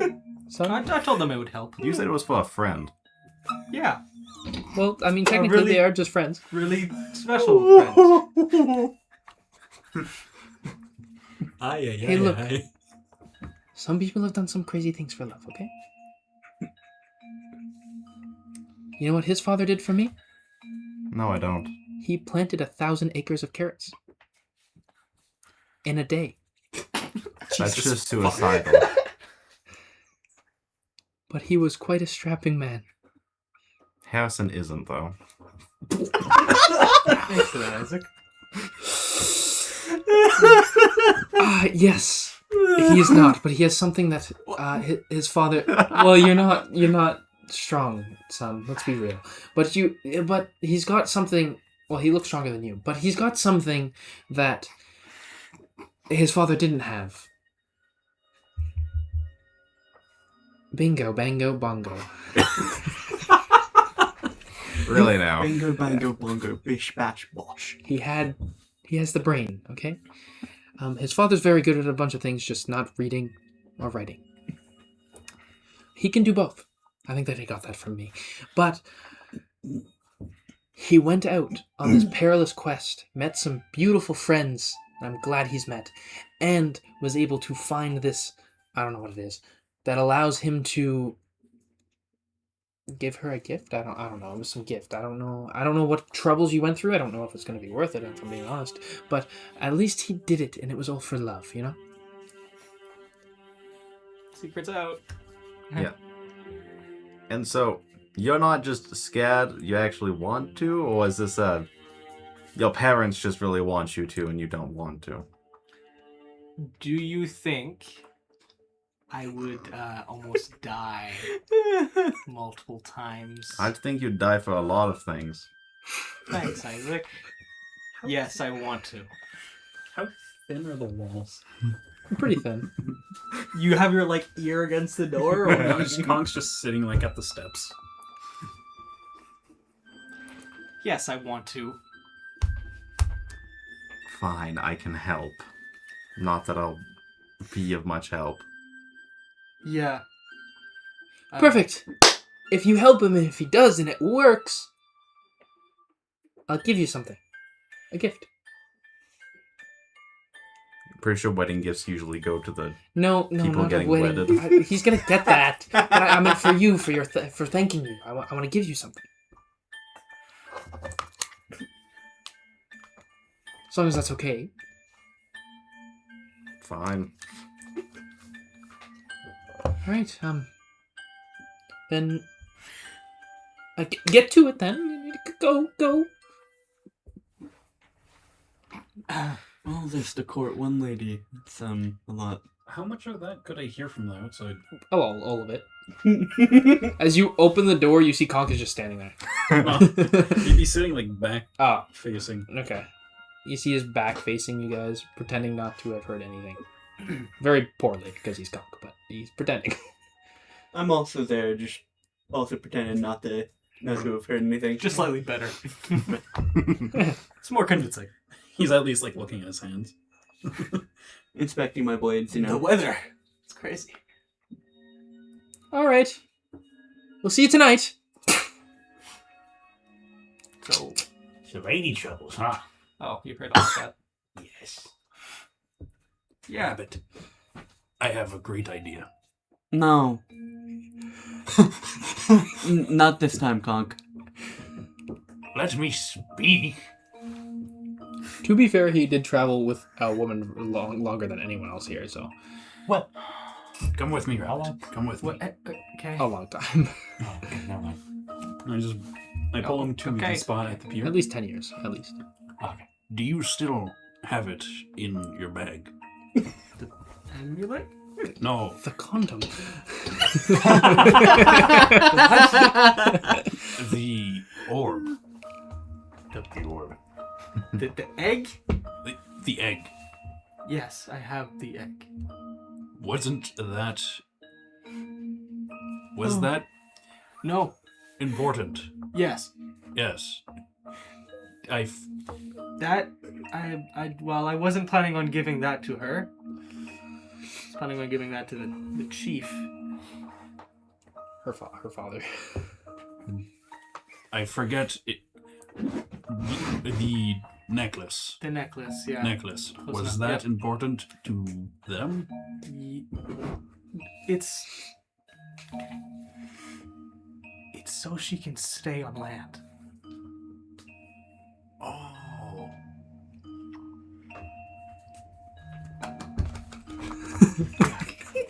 Getting a full mileage there, huh? Without it, they can't really stay here that long. Okay. You'll probably notice during the festival they'll be dipping in and out, mostly staying in, probably. Okay. What if that's an additional gift? Like, open the bag. Get down on one knee. Well, I'm not proposing. Proposing. Well, I don't really know what I'm doing, actually. You'll have this, Rabbit. Harrison. You are Harrison. But, I appreciate the enthusiasm. You taught me how to write a letter. You freed my hands, which I then wrote a letter with. Yeah. I saw it was a great. We'll need to keep up the grammar work sometime, but Isaac would not shut up. okay. He was very mean. Many rude comments. But yes. You didn't need that many commas. Conk, why are you putting a space there? The orb. Egg. Yes. Egg. Yes. Very important to the people. Mm-hmm. She is important to those people, right? Yes. Very. You know? Like a surprise to her. Yes. He's so cool. He's got that. I don't know what it is. That's like the definition of walking up to someone and dropping like $1 billion in their face. Like, Putting a national treasure. What's up, bro?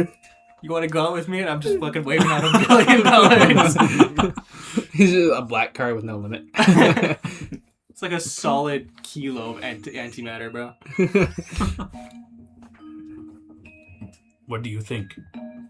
Well, I was planning on going with some variation of that. I guess. Yes. Yes. Very good. Yeah.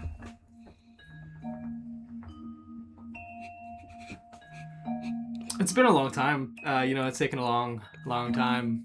I thought maybe I would have thought about it more by the time I got to this point. There's no need to think. It's like a fight. It's like a fight?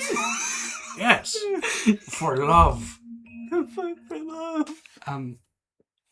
I guess you're right. Says the Grand Regent Virgin, dude. 45 years old. You don't know, bro. You don't know what Conk's been up to. When you enter a fight, Yeah, I have his backstory. I do know what he's been up to. You don't know who he's been conking on the sides, bro. Like, that's all I'm saying. when entering a fight, do you plan? Yes, actually, a lot. how do you focus on the fight? Well, I plan, and then I just do the plan. So, like the boat, for example. Well, I stayed up on the crow's nest so that I wouldn't have to, go into melee range, and I shot Shatter so that they would fall. And, it's like a plan. From what I remember, you being on the mast wasn't your choice. Different mast. Oh.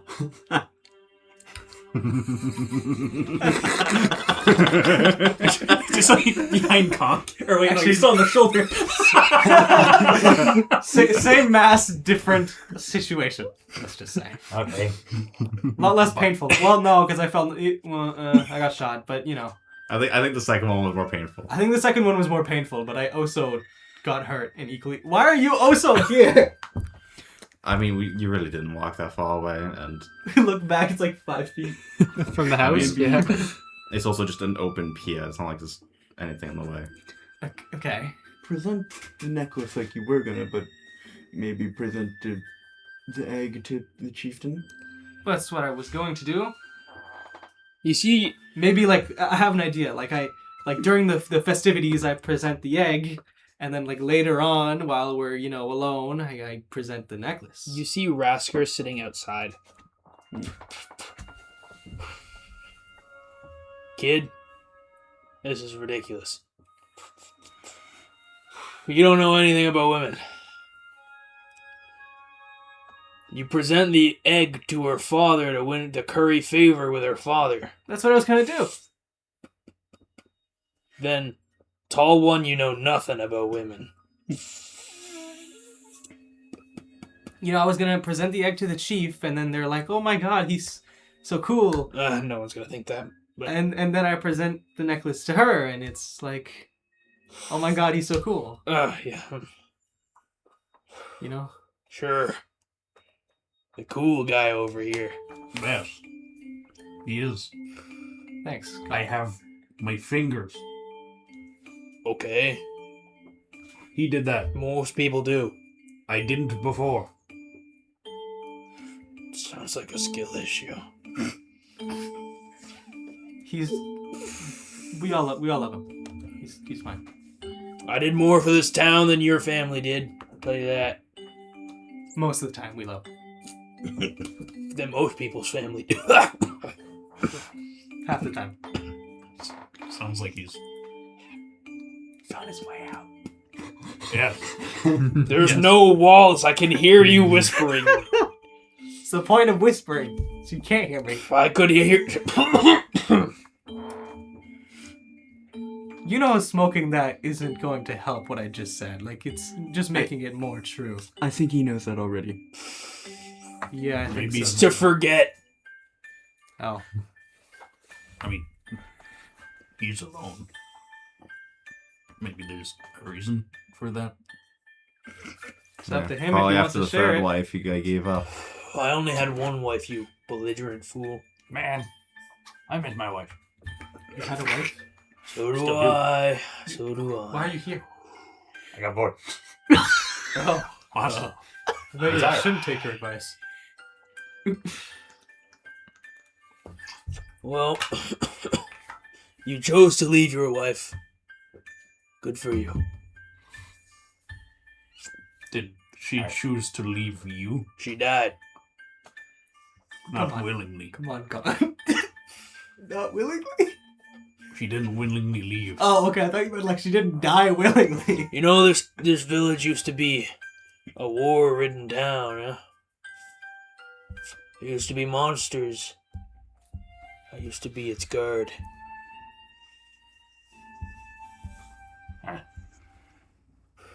She unfortunately passed away while I couldn't save her.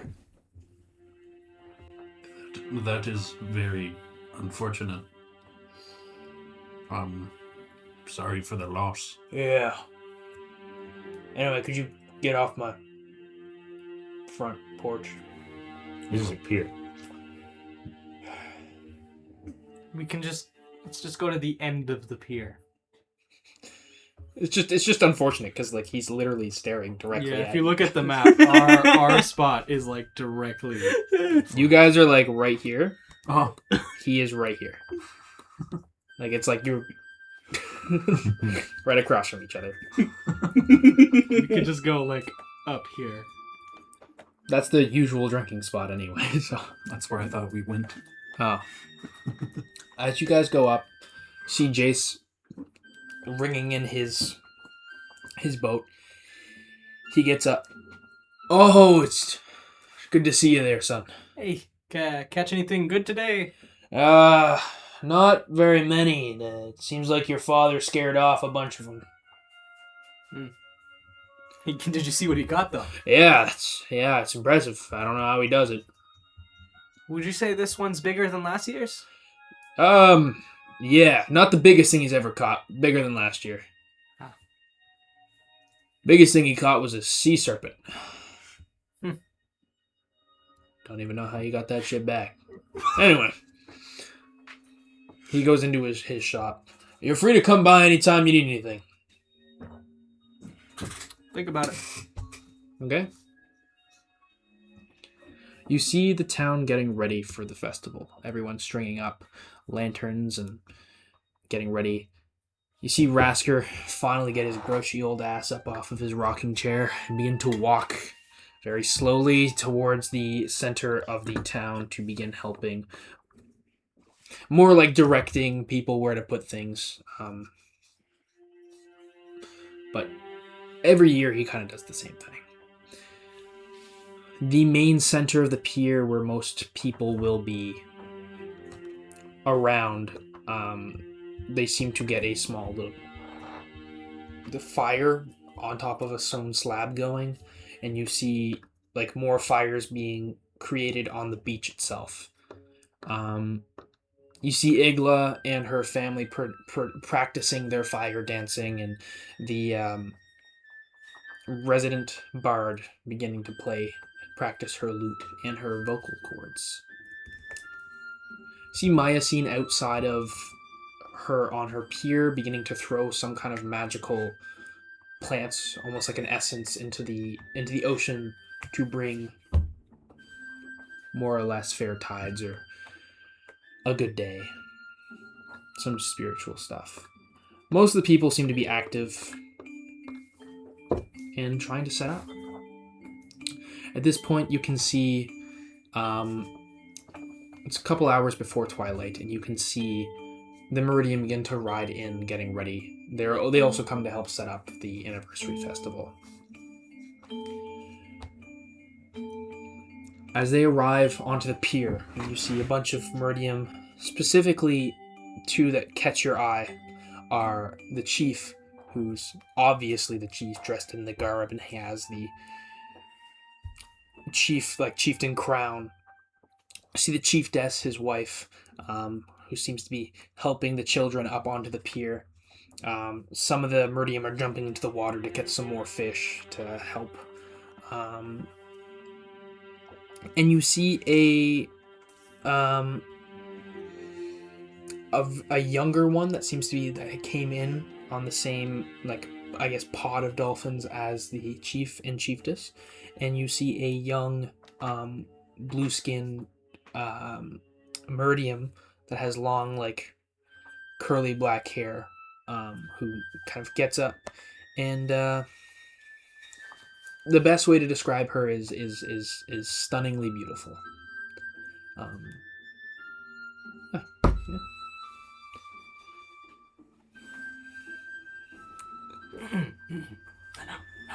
Yeah. As everyone walks around, Ulak Ta looks around, scanning the environment, and he sees you, Harrison. He kind of starts to... You can hear his wet feet walking on the thing over to you. Harrison! Hey! Oh! It's been a long time! It just gets progressively more aggressive. Boom! At the end of it, he's laying on the fucking ground. Anyway, Harrison. Good to see you too. I saw... Oh, wait. I forgot to do the accent. What's the fish voice? Harrison, I saw that you got impaled through the chest onto a post. Yeah, no, it's all good now. I can see that. Good job. Good job. He's still a bit That sore. is a tough soldier. Tough man. Good stuff. You know, Yeah. Baroon's been getting some marriage proposals. I've been denying them. Huh. Anyway, who are these? Who are these people? These are my friends. I met them on my journey. Hello.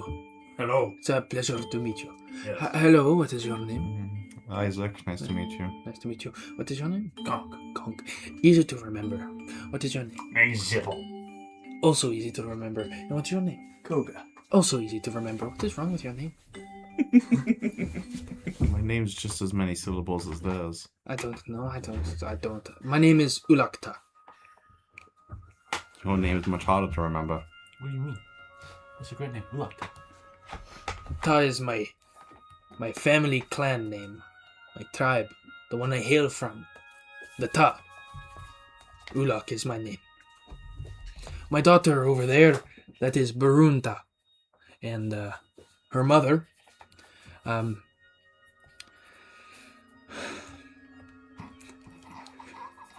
Can't remember. give me a sec.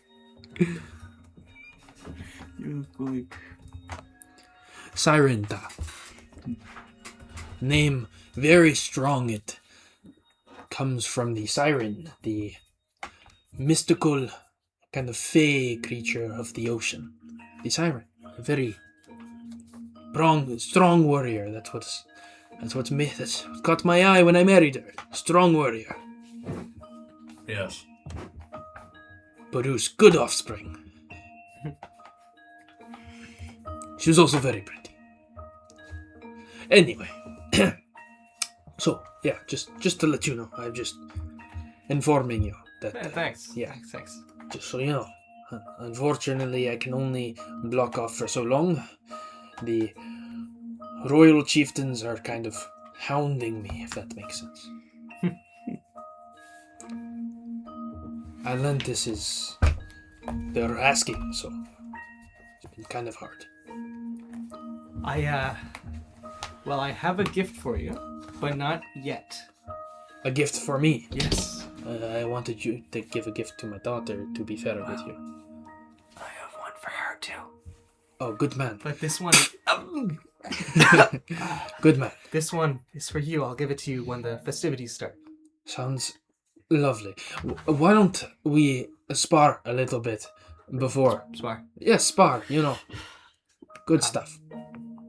Like physically or like What other way of sparring? would there be? magically.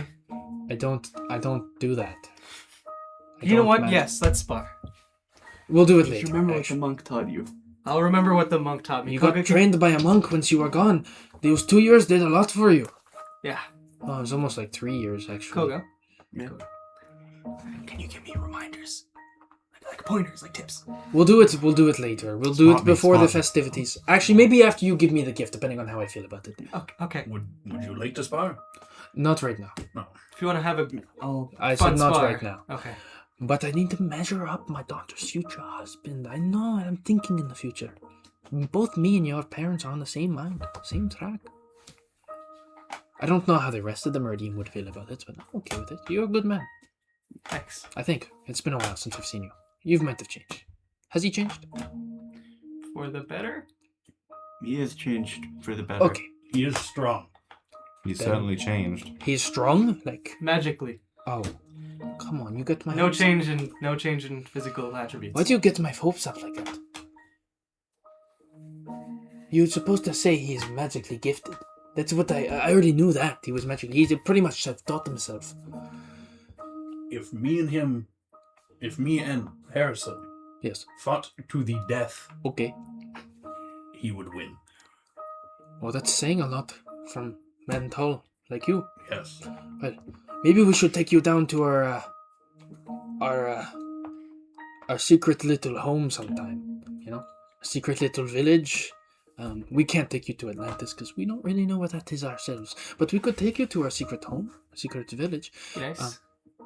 If you can somehow get down there, we might be able to find a way to get you to breathe underwater. Maybe we could ask Mystic, whatever the elf's name is, to create some water breathing potions. You know. Anyhow, that is great. We're gonna go help set up. I'm gonna catch some fish. Feel free to talk to my daughter. I'll go see her in a bit. Okay, she's been waiting a few years because you've been missing. Just so you know, she's been very sad. Not on purpose. Do you want to know? Not why? really, I don't care. I'm just telling you, she's probably going to slap you in the face. I'll prepare for that. Good Get man. some mage armor ready. You say Mage cage armor. Oh, I thought you Mage said armor. cage drama. That's okay, drama. I mean, those both fit. Just Distraction. prepare. She's a very feisty. She's grown into a feisty woman. Good, strong warrior woman. Yes. You are man. So your kids No, will be smart I'm and saying strong. yes. That's good. Oh, okay. Yes. That's what you're saying. Okay, She says- that is all. I'm going to. What did you say? What? Excuse me. What did you say? Nothing. What did you say? What? I'm asking what you said. Oh, You stupid. God damn. Am I speaking the proper common to your people? yeah. Yes. Yes. Okay, so what did you say? I said they'll grow up strong and smart. Who's they? Finish what you said, Koga. He was talking about children. That's too If- soon. Too soon. We don't even know if she likes him yet. True, yeah. I mean, she probably Yeah. does, but we don't even know that. Not before marriage. Exactly. He knows what I'm talking about. What? Not before marriage. We don't do that around here, except for me and my wife. But we don't do that around here. Okay, I'm a very strict man, okay? Don't piss me off. Treat my daughter with respect. If she says no and beats the shit out of you, you just have to accept that, okay? It is the way of the Meridium, you know? I've just not really told her about any of the marriage requests coming in, so I don't really know if she really wants to get married to someone right now, or she doesn't, or she's waiting for you. I really don't know. I kind of want you to marry my daughter. I trust you. I don't trust the people from Atlantis. You know what I'm talking about? Yes. Apologies. He looks uncomfortable. No, I'm perfectly comfortable. You saying that I can't talk to him? Should I not be talking to you right now, Harrison? Do you want me to go? Do you No, want me to you leave? can. No. I feel like you want me to leave now. He wants me to leave now, huh? No, I'm just. Okay, fine. I'll leave. Fine. I see No, how no, it it's is. it's No, it's okay. fine. No, So- it's okay. I see how it is. It's fine. It's fine. I can pick up on the mojo. I get it. It's I would fine. love to spar later. I can guarantee you it'd be fun. I'm He's- straight. Thank you. No, I. Okay. I have a wife I know that. and a child. Yes. Why did that come first? He said he'd be fun. I don't really care about how fun he'd be. In a fight. No, but why did not having a wife be the first thing you mentioned? Well, because that's more important at this moment in time, being not gay. Just. Common isn't his first language. Comment is like my fourth language, okay? Just give me time. I'm trying to learn. It's take time, okay? Anyway, I'm going to catch some fish now, okay? Don't bug me. Or bug me if you care. I don't care. But bug me, don't bug me. But do something. You want to catch fish our way? Yeah. Let's go catch fish. I like this one. Zippo. Zippo. Zypo. Yeah. The great Zypo. The kobold. Yeah. If you catch 50 fish, I will give you a title. My Yeah. people will know you as. If you catch 50 fish in, we got like 2 hours before twilight. If you catch 50 fish in 2 hours, our way, I will give you the title. Maybe. Zippo, the great kobold who catches fish. Yes. But it would sound a lot cooler in my language. Yes. Perfect. Let's go. I'll teach you. Smacks you on the back of the head. Let's go. Fucking does a full front flip. And somehow lands it. This guy is like fucking. He's Engage. significantly taller than most people. He's about. Most of the Meridium are taller. They're known as being significantly stronger than most humanoids. not counting minotaurs or leonins. They are more physically gifted significantly, and they have a very deep connection with the water, of course. Mhm. But they are overwhelmingly strong compared to most humanoids, so him, like, not thinking he's doing too much, just smacking you on the back of the head, like, let's go, like the thing, it's like literally just... I've been too scared to ever tell him.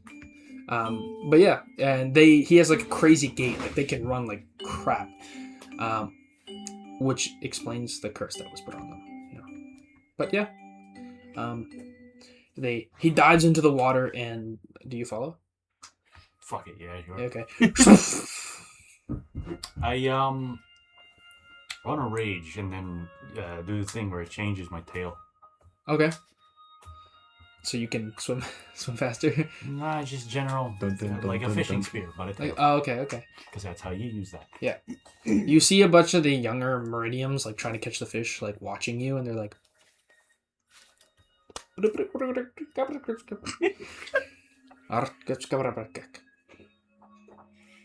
They seem to be giving you some kind of praise, but their language is muffled because they are underwater.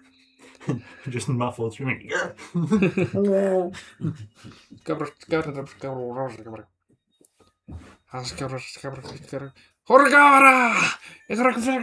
usually catch a fish. You catch one fish with your tail and you keep going. That is where we're going to end the session for today. Yeah. I wanted to say something to Harrison. Okay, you can say it quickly. Before. Harrison. Yes. He said something about breathing underwater. How did we do that in the temple? Magic. But I don't remember what, but I feel like we had 3 possibilities. Number 1, whoever built it enchanted it. Number 2, the amulet was somehow powering the entire thing. Number 3, the trident had something to do with it. You want Did to I go say with number? three? You're there, Isaac. Don't we have No, it was the mana. Oh yeah, that too. That was the drops I of forgot water. about that. Oh, It's been a while. don't we have this beer? Try We have- yeah. Yes, we have 2 of those things I mentioned. Unfortunately, I think Isaac is correct on which one it was.